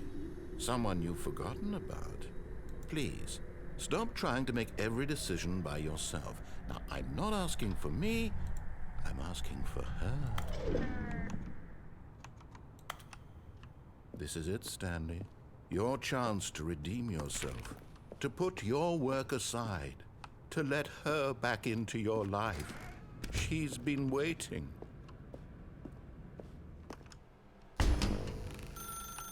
That's her, Stanley. You need to be the one to do this. To reach out to her. If you can truly place your faith in another, then pick up the phone.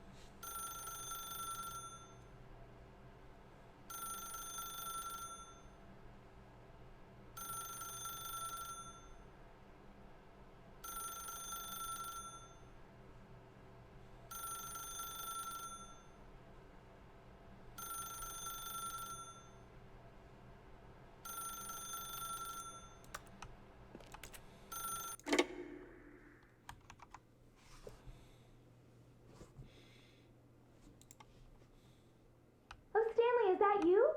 Hold on, sweetie. Sorry to keep you waiting. I'm just pulling the bread out of the oven. All right. Okay, there we go. All right, now, I want you to come in and tell me all about your day. Gotcha. Oh, come on. Did you actually think you had a loving wife who'd want to commit their life to you? I'm trying to make a point here, Stanley. I'm trying to get you to see something. Come inside. Let me show you what's really going on here. Sorry, but you're in my story now. This is a very sad story about the death of a man named Stanley.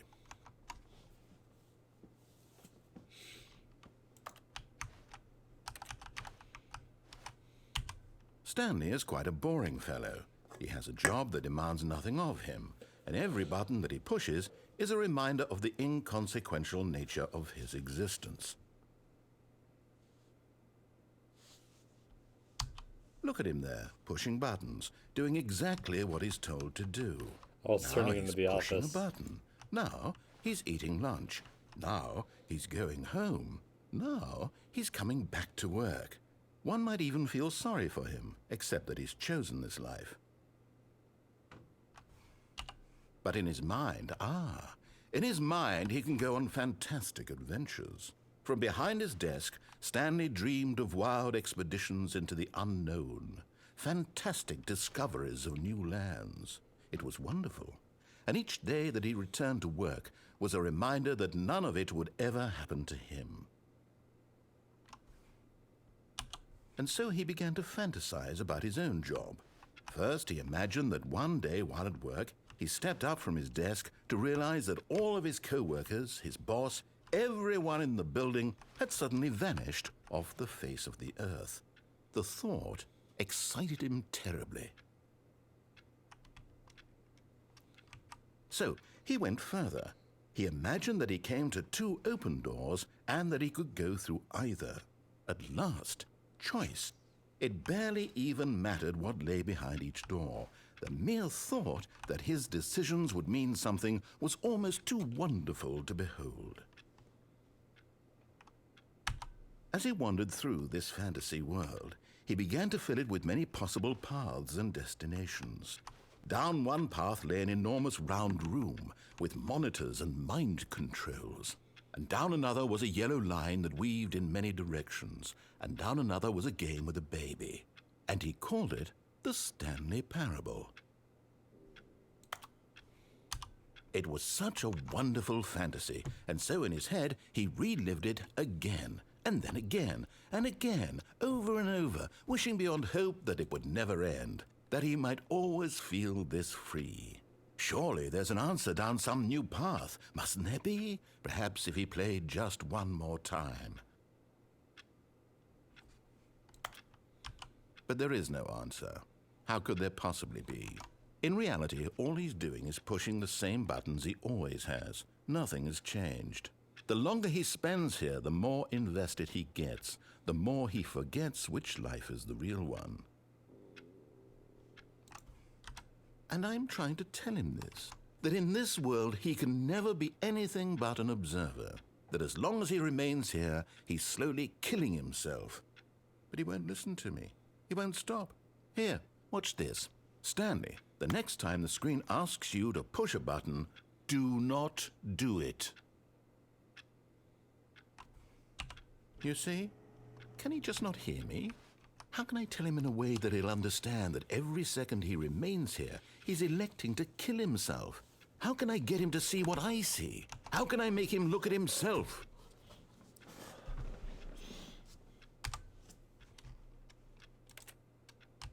I suppose I can't, not in the way I want him to. But I don't make the rules. I simply play to my intended purpose, the same as Stanley. We're not so different, I suppose. I'll try once more to convey all this to him. I'm compelled to. I must. Perhaps, well, maybe this time he'll see. Maybe this time. And I tried again, and Stanley pushed a button. And I tried again, and Stanley pushed a button. And I tried.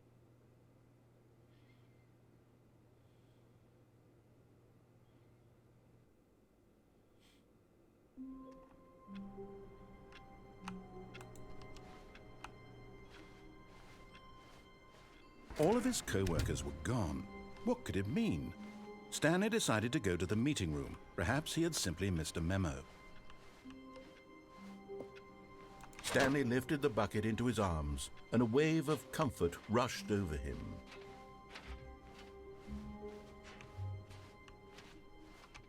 So this hallway is different.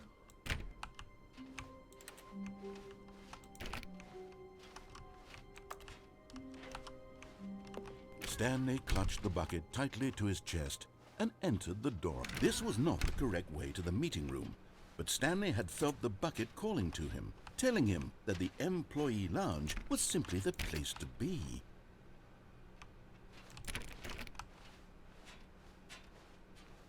And here it was. Had the bucket turned out to be correct? Was this better than the meeting room?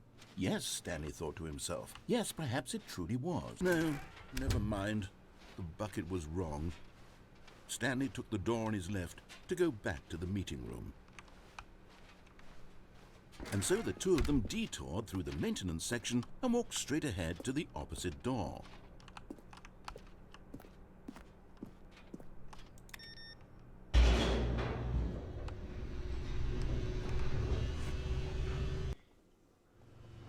Oh, good Stanley. I'm glad you found your way here. I knew you'd find this place eventually. You see, your friends and I are concerned for you, Stanley. We've come together here because we care about you very much. It's this bucket you're carrying around everywhere. The bucket isn't even from the original Stanley Parable. It's just sequel content. We're the ones that matter, Stanley. Classic characters from the first game, like the Adventure Line and the Broom Closet. Because that's what fans want from a sequel. They want more of their favorite jokes, not this bucket that they've never seen before. Yes, I know I'm the one who gave you the bucket, but you're spending too much time with it. Don't you want another story involving the Adventure Line? We could make the Adventure Line go somewhere new. Yes, yes, that's what the fans want. Let's do it. Whee! Look at that wacky line. Who knows where it'll go off to next? Oh, and it played some silly music as well.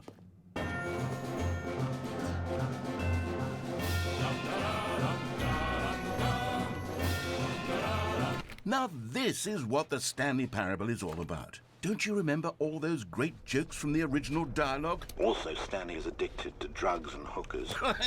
Yes, it's as classic now as it was back then. Let's do it for the fans, Stanley. Let's give them more content exactly like this. But if we want to do that, you're going to have to give something up. Don't you get it, Stanley? We need to get rid of the bucket. That's why I'm very proud to introduce a brand new character. This is the Bucket Destroyer. I think it'll make a wonderful new addition to the rich lore of the Stanley Parable. True, it also was not in the original game, but it's such a well-fleshed-out character with so much personality that to me it already feels as though it's been part of the cast all along. Don't you agree? Sure. Can you guess what the Bucket Destroyer does? Surely you don't need me to spell it out for you. Go ahead now, Stanley. Say goodbye to the bucket, and then pop it into the machine when you're ready.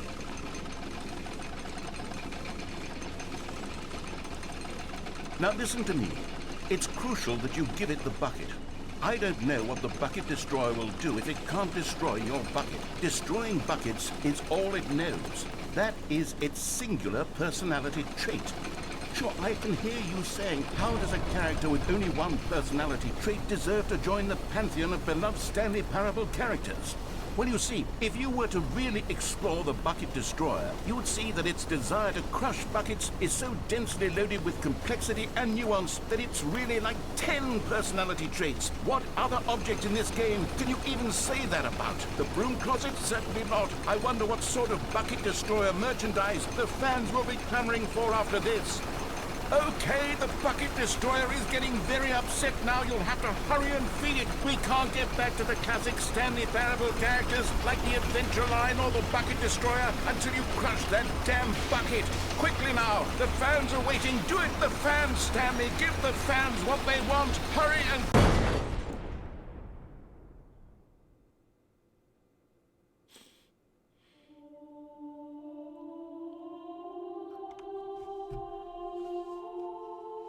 The Bucket Destroyer, my prized creation. You had so much potential. We were going to do such marvelous things with you, tell such spellbinding stories about you. All of it squandered now. Goodbye, new friend. For the moment in time that you were here, you were magnificent.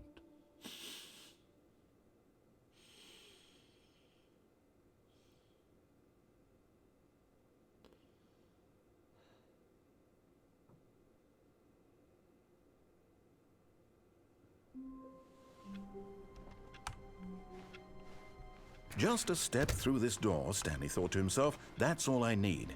If I can make it through this door, I can make it through them all.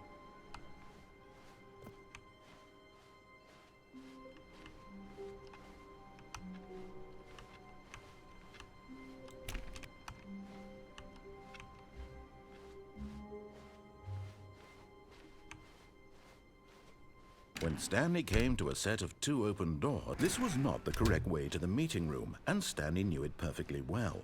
Perhaps he wanted to stop by the employee lounge first, just to admire it. It was okay. But eager to get back to business, Stanley took the first open door on his left. And so he detoured through the maintenance section, walked straight ahead to the opposite door, and got back on track.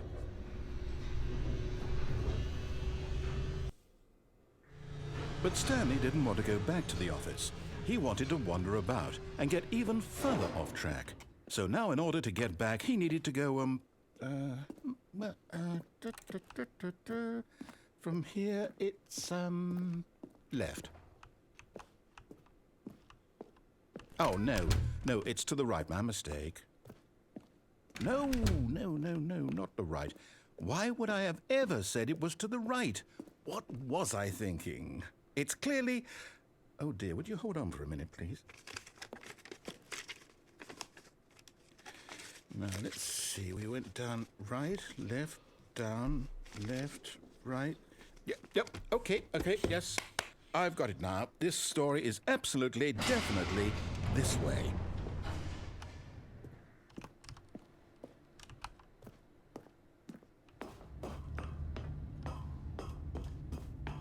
No, no, no, no, no, no, no, no, no. This isn't right at all. You're not supposed to be here yet. This is all a spoiler. Quick, Stanley, close your eyes. Okay. We just have to get back to, oh, who am I kidding? It's all rubbish now. The whole story completely unusable. How about, rather than waste my time trying to salvage this nonsense, we'll just restart the game from the beginning. And this time, suppose we don't wander so far off track, hmm? Okay, from the top. All of his co-workers were gone. What could it mean? Stanley decided to go to the meeting room. Perhaps he had simply missed a memo. Is the bucket gone?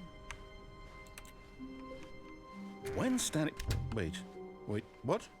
No, I restarted. I swear, I definitely restarted the game over, completely fresh. Everything should be... Oh, did something change? Stanley, did you change anything when we were back in that room with all the monitors? Did you move the story somewhere, or... Hold on. Why am I asking you? I'm the one who wrote the story. It was right here just a minute ago. I know for sure that it's here somewhere. Okay, then. It's an adventure. Come, Stanley. Let's find the story.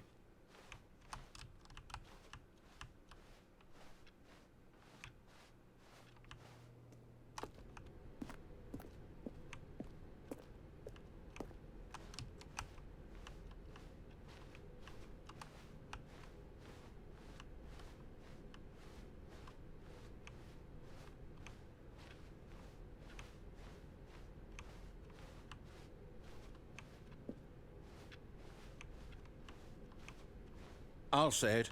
This is the worst adventure I've ever been on. I can promise you there definitely was a story here before. Do we need to restart the game again? Well, I find it unlikely that we'll ever progress by starting over and over again, but it's got to be better than this. Okay, let's give it a shot. Why not? All of his co-workers were gone. What could it mean? Stanley decided to go to the meeting room. Perhaps he had simply missed a memo.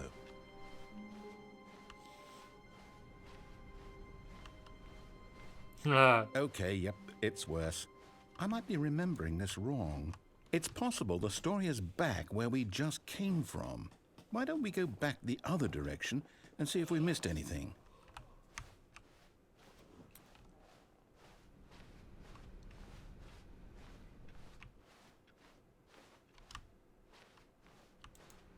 Aha!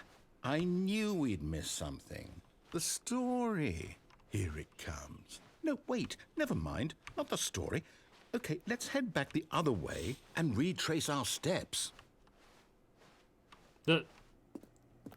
Now this... Well, I'll be honest, I don't recognize this place at all. Is this the story? I don't think so. I can't quite recall, but I believe my story took place in an office building. Is that correct? Do you remember, Stanley? Well, do you know what? Since I've completely forgotten what we were supposed to be doing, how about this? You win! Congratulations! Yay! I know you put in a lot of hard work, and it really paid off, so good job. Huzzah! Oh, no, I don't feel right about this at all. We both know you didn't put in any actual work for that win. Some people win fair and square, and this was not one of those situations. Okay, I'm getting weirded out by whatever this place is. I don't care what might happen this time, I have to restart. All right, I've got a solution. This time, to make sure we don't get lost, I've employed the help of the Stanley Parable Adventure Line. Just follow the line. How simple is that?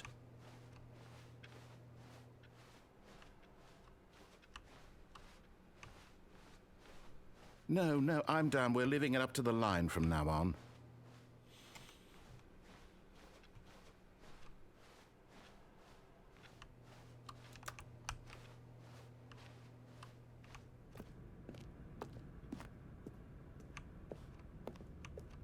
You see?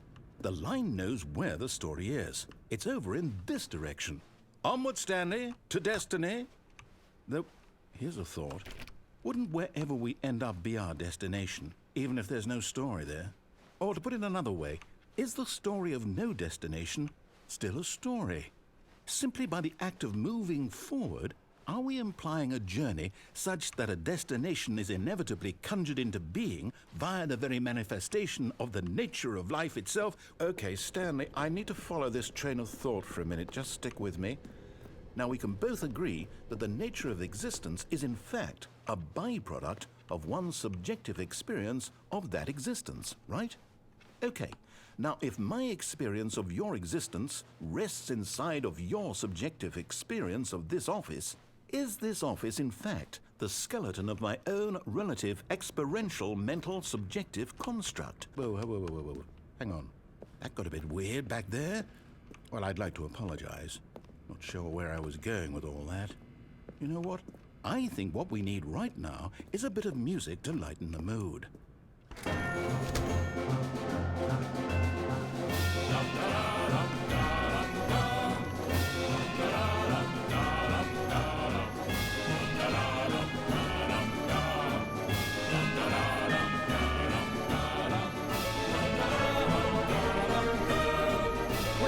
Cut the music, go back and look at that fern. Stanley, this fern will be very important later in the story. Make sure you study it closely and remember... Wait, what? We're back at the office? No.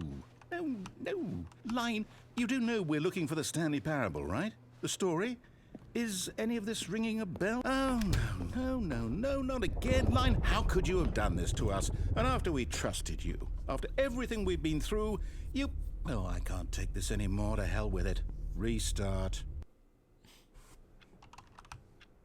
Well, now it's the normal Stanley Parable line. You know what, Stanley? I say forget the adventure line. What's it ever done for us? We're intelligent people, right? Why can't we make up our own story? Something exciting, daring, mysterious. Ooh, this all sounds perfectly doable. Why don't we simply start wandering in, well, I don't know. How about this direction?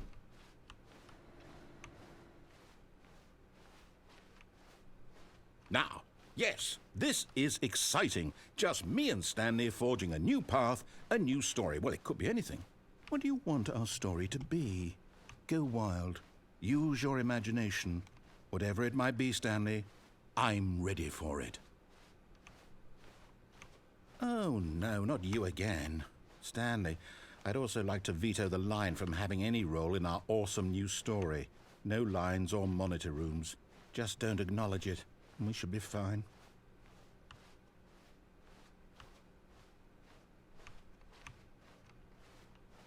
Ah, a choice. We get to make a decision. Yay. From here, the story is in our control. How important we mustn't squander the opportunity. In fact, I believe I need a minute to think here. Just walk in circles for a minute. Okay, so I know that each door has to lead somewhere, which means that somewhere, the place where we're trying to go, there must be a reverse door that leads here. And that in turn means that our destination corresponds with the counter-inverted reverse door's origin. So starting from the right, let us ask, will taking the right door lead us to where we're going? And since the answer is clearly yes, then by all accounts, the door on the right is the correct one. Another victory for logic. Come, Stanley, our destiny awaits. Oh, hold up, what's this? The confusion ending. You're telling me that's what this is? It's all one giant ending? And we're supposed to restart the game, what, eight times? That's really how all this goes? It's all determined? So now, according to the schedule, I restart again. Then what? Am I just supposed to forget? Well, what if I don't want to forget? My mind goes blank simply because it's written here on this thing, wall. Well, who consulted me? Why don't I get to decide? Why don't I get a say in all of this? Is it really?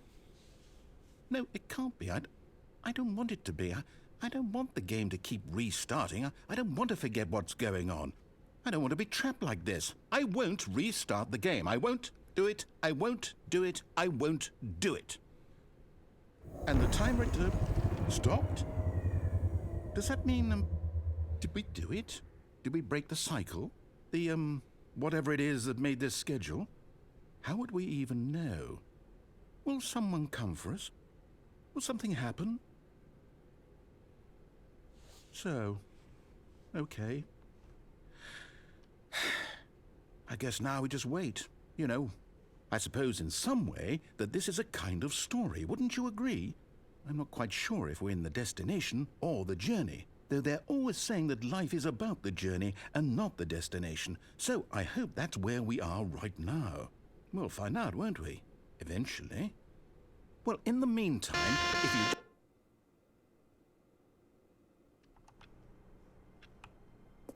All of his co-workers were gone. What could it mean? Stanley decided to go to the meeting room. Perhaps he had simply missed a memo. The confusion and the chaos all seemed to melt away. Stanley clutched the bucket tightly to his chest and entered the door on his left. This was not the correct way to the meeting room, but Stanley had felt the bucket calling to him, telling him that the employee lounge was simply the place to be. And here it was. Had the bucket turned out to be correct? Was this better? No, never mind. The bucket was wrong. Stanley took the door on his left to go back to the meeting room. No, Said the bucket.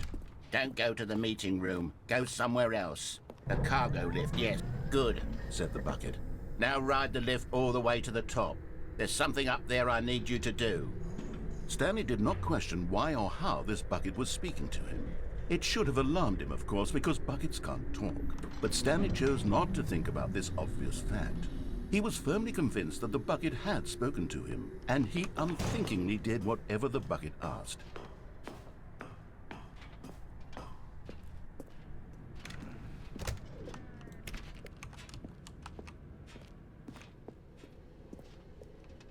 No, stop. Look there on the wall, you see? There's a sign right there. It says, "No buckets past this point." Stanley, how could you think it was okay to bring the bucket here? Unless, what if the problem is that you actually don't know what is a bucket and what isn't a bucket? I suppose that would explain a lot about your behavior up to this point. Which, if that's true, well, my goodness, I think we have to do something about it. This misunderstanding could have dire consequences on the entire rest of the game if not addressed quickly and properly.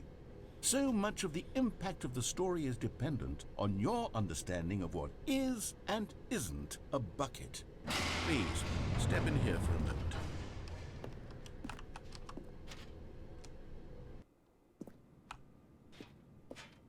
Now then, I'm going to run you through some test scenarios, and you'll tell me whether or not the thing I'm showing you is a bucket. Simple enough, right? This should tell us everything we'll ever need to know about what is or is not a bucket. Okay, let's begin. Item 1. Is this a bucket?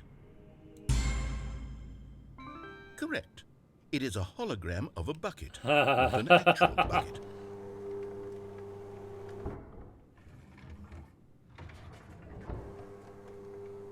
Item 2. Is this a bucket? Incorrect. It is a 3D printed recreation of a bucket, not an actual bucket.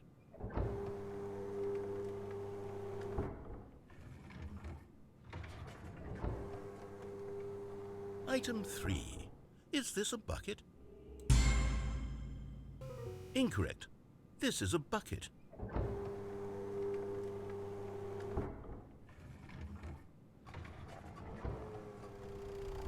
Item 4.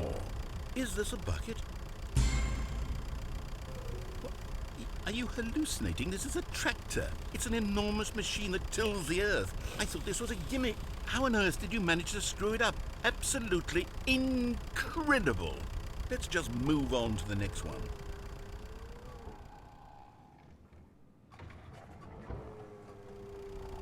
Is this a bucket? Correct. This is a bucket.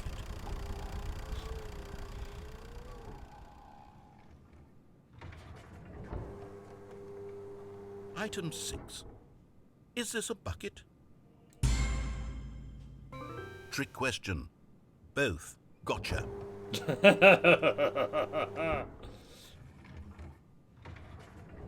Item... Wait, hold on. I can't find the next one. Let me see. It should be around here somewhere.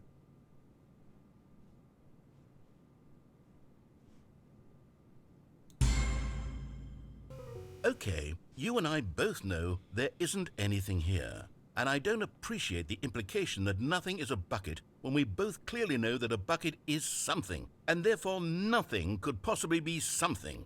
Unless, in your twisted mind, have you somehow convinced yourself that a bucket is nothing? Answer me straight, Stanley. Do you believe that nothing is a bucket?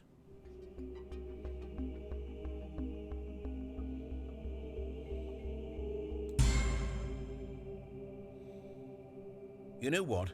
I'm too confused to even sort it out.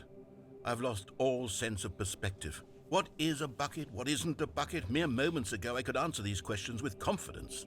And yet now I'm somewhat adrift. Do any of us know what a bucket is? Am I a bucket? Stanley, I can't keep doing this. I'm losing myself, and myself was all I ever had to begin with.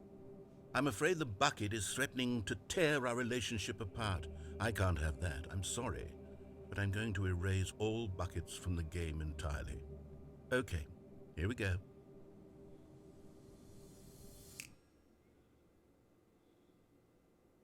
What happened? Is everything gone? Why did everything disappear? Wait, was everything a bucket? Every single thing in the game was a bucket? Oh my God, I had no idea. How could... Except me. I'm not a bucket after all. And you, Stanley, you're still here. You're not a bucket either. Yay. Oh, this is wonderful news. We're not buckets. Yes, I actually feel much more at ease right now. It's Well, you're making delightful to store get some things, clarity on that issue. so could But it only doesn't be change the buckets? fact that we haven't got a game. So, tell you what, I'll reset everything and we'll put back all of the buckets, okay? And we'll know that it's all a bucket. But if you run into anyone else, maybe don't mention that. Who knows what that information might do to a person? All right, here we go.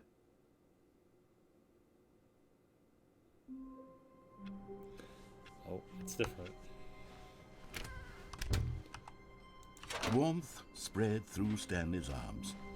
Stanley clutched the bucket tightly to his chest and entered. This was not the correct way to the meeting room, but Stanley had felt the bucket calling to him, telling him that the employee lounge was simply the place to be. And here it was. Had the bucket turned out to be correct? No, never mind. The bucket was wrong. Stanley took the door on his left to go back, and so the two of them detoured through the maintenance section and walked straight ahead to the opposite door.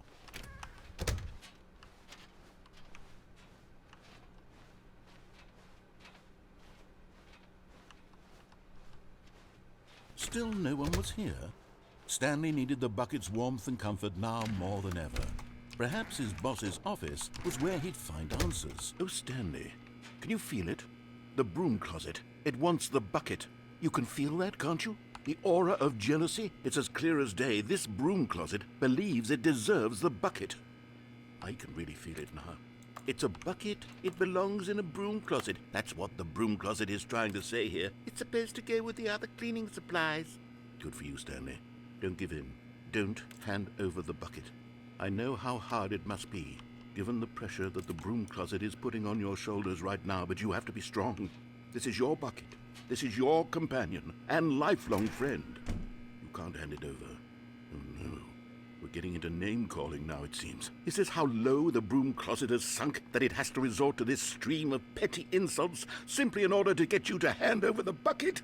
Stanley, I never liked this broom closet for a variety of reasons, but even this is worse than I had imagined. Coming to a staircase, Stanley and the bucket walked upstairs to the boss's office.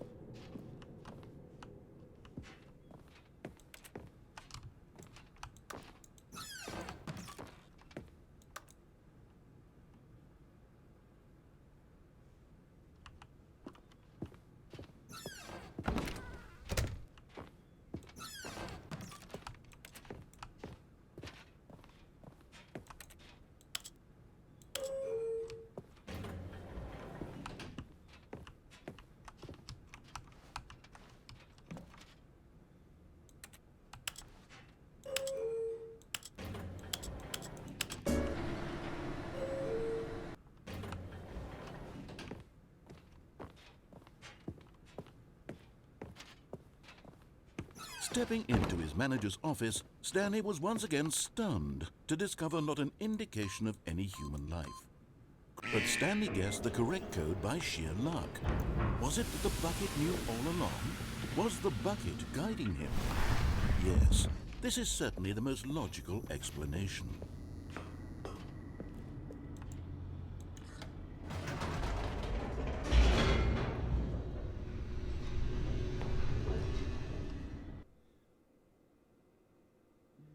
The elevator raced downward, plummeting towards an unknown fate.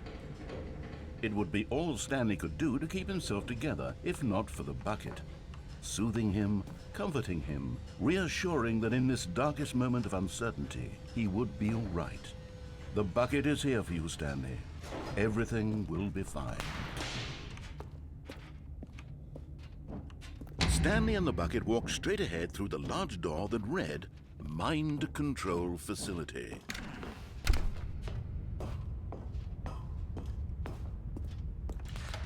The lights rose on an enormous room packed with television screens. What horrible secret did this place hold? Stanley and the bucket both wondered to themselves.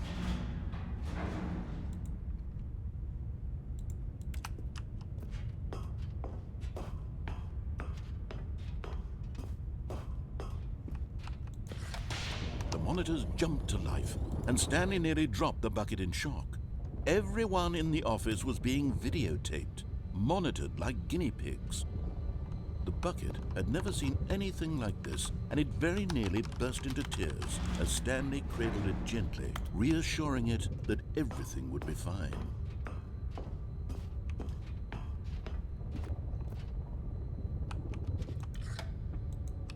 Was the bucket under the mind control facility's influence as well? Had the bucket been told to do things it didn't wish to do? What kinds of things does a bucket want to do or not want to do in the first place?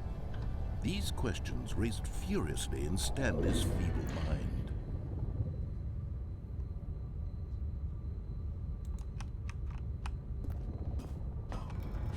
No! He screamed into the bucket. He couldn't accept it. His own life in someone else's control, never! He squeezed the bucket tighter, his one friend in the entire world. At this point, he could trust no one except for the bucket.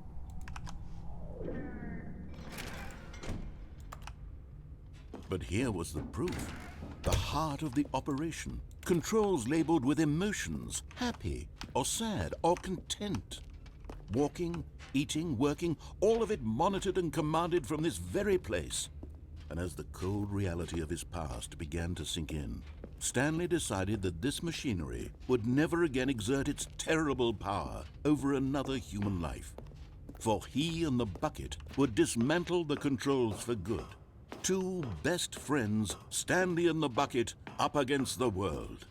They high-fived in a really cool way. But at the last second, the bucket jumped in and pressed the button to turn on the controls. Stanley gasped in horror. Had this been the bucket's plan all along? To take over the machine and claim the power for itself? How could the bucket have betrayed him like this? Stanley was prepared to throw the bucket away in disgust when suddenly an image appeared upon the enormous screen. Birds. Silly, silly birds. The control buttons became active again.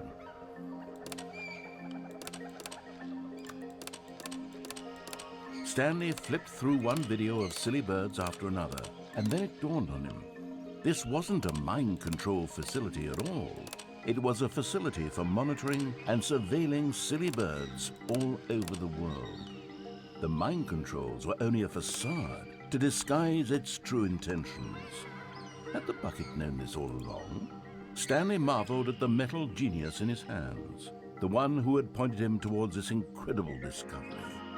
Stanley and the bucket never found freedom because they spent the rest of their lives here in this place, flipping through live streams of the silliest birds imaginable.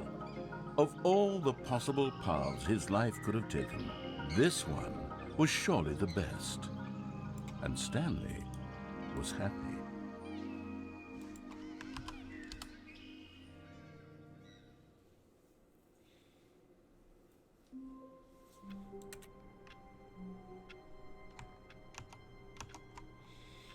Alright, that's gonna be a good stopping point. Oh, there's still so much to do. I still haven't found the infinite hole, and there's obviously still more going on with the bucket. I just gotta figure out what it'll be. But you'll see. I'm sure there's more. Goodbye, Stanley.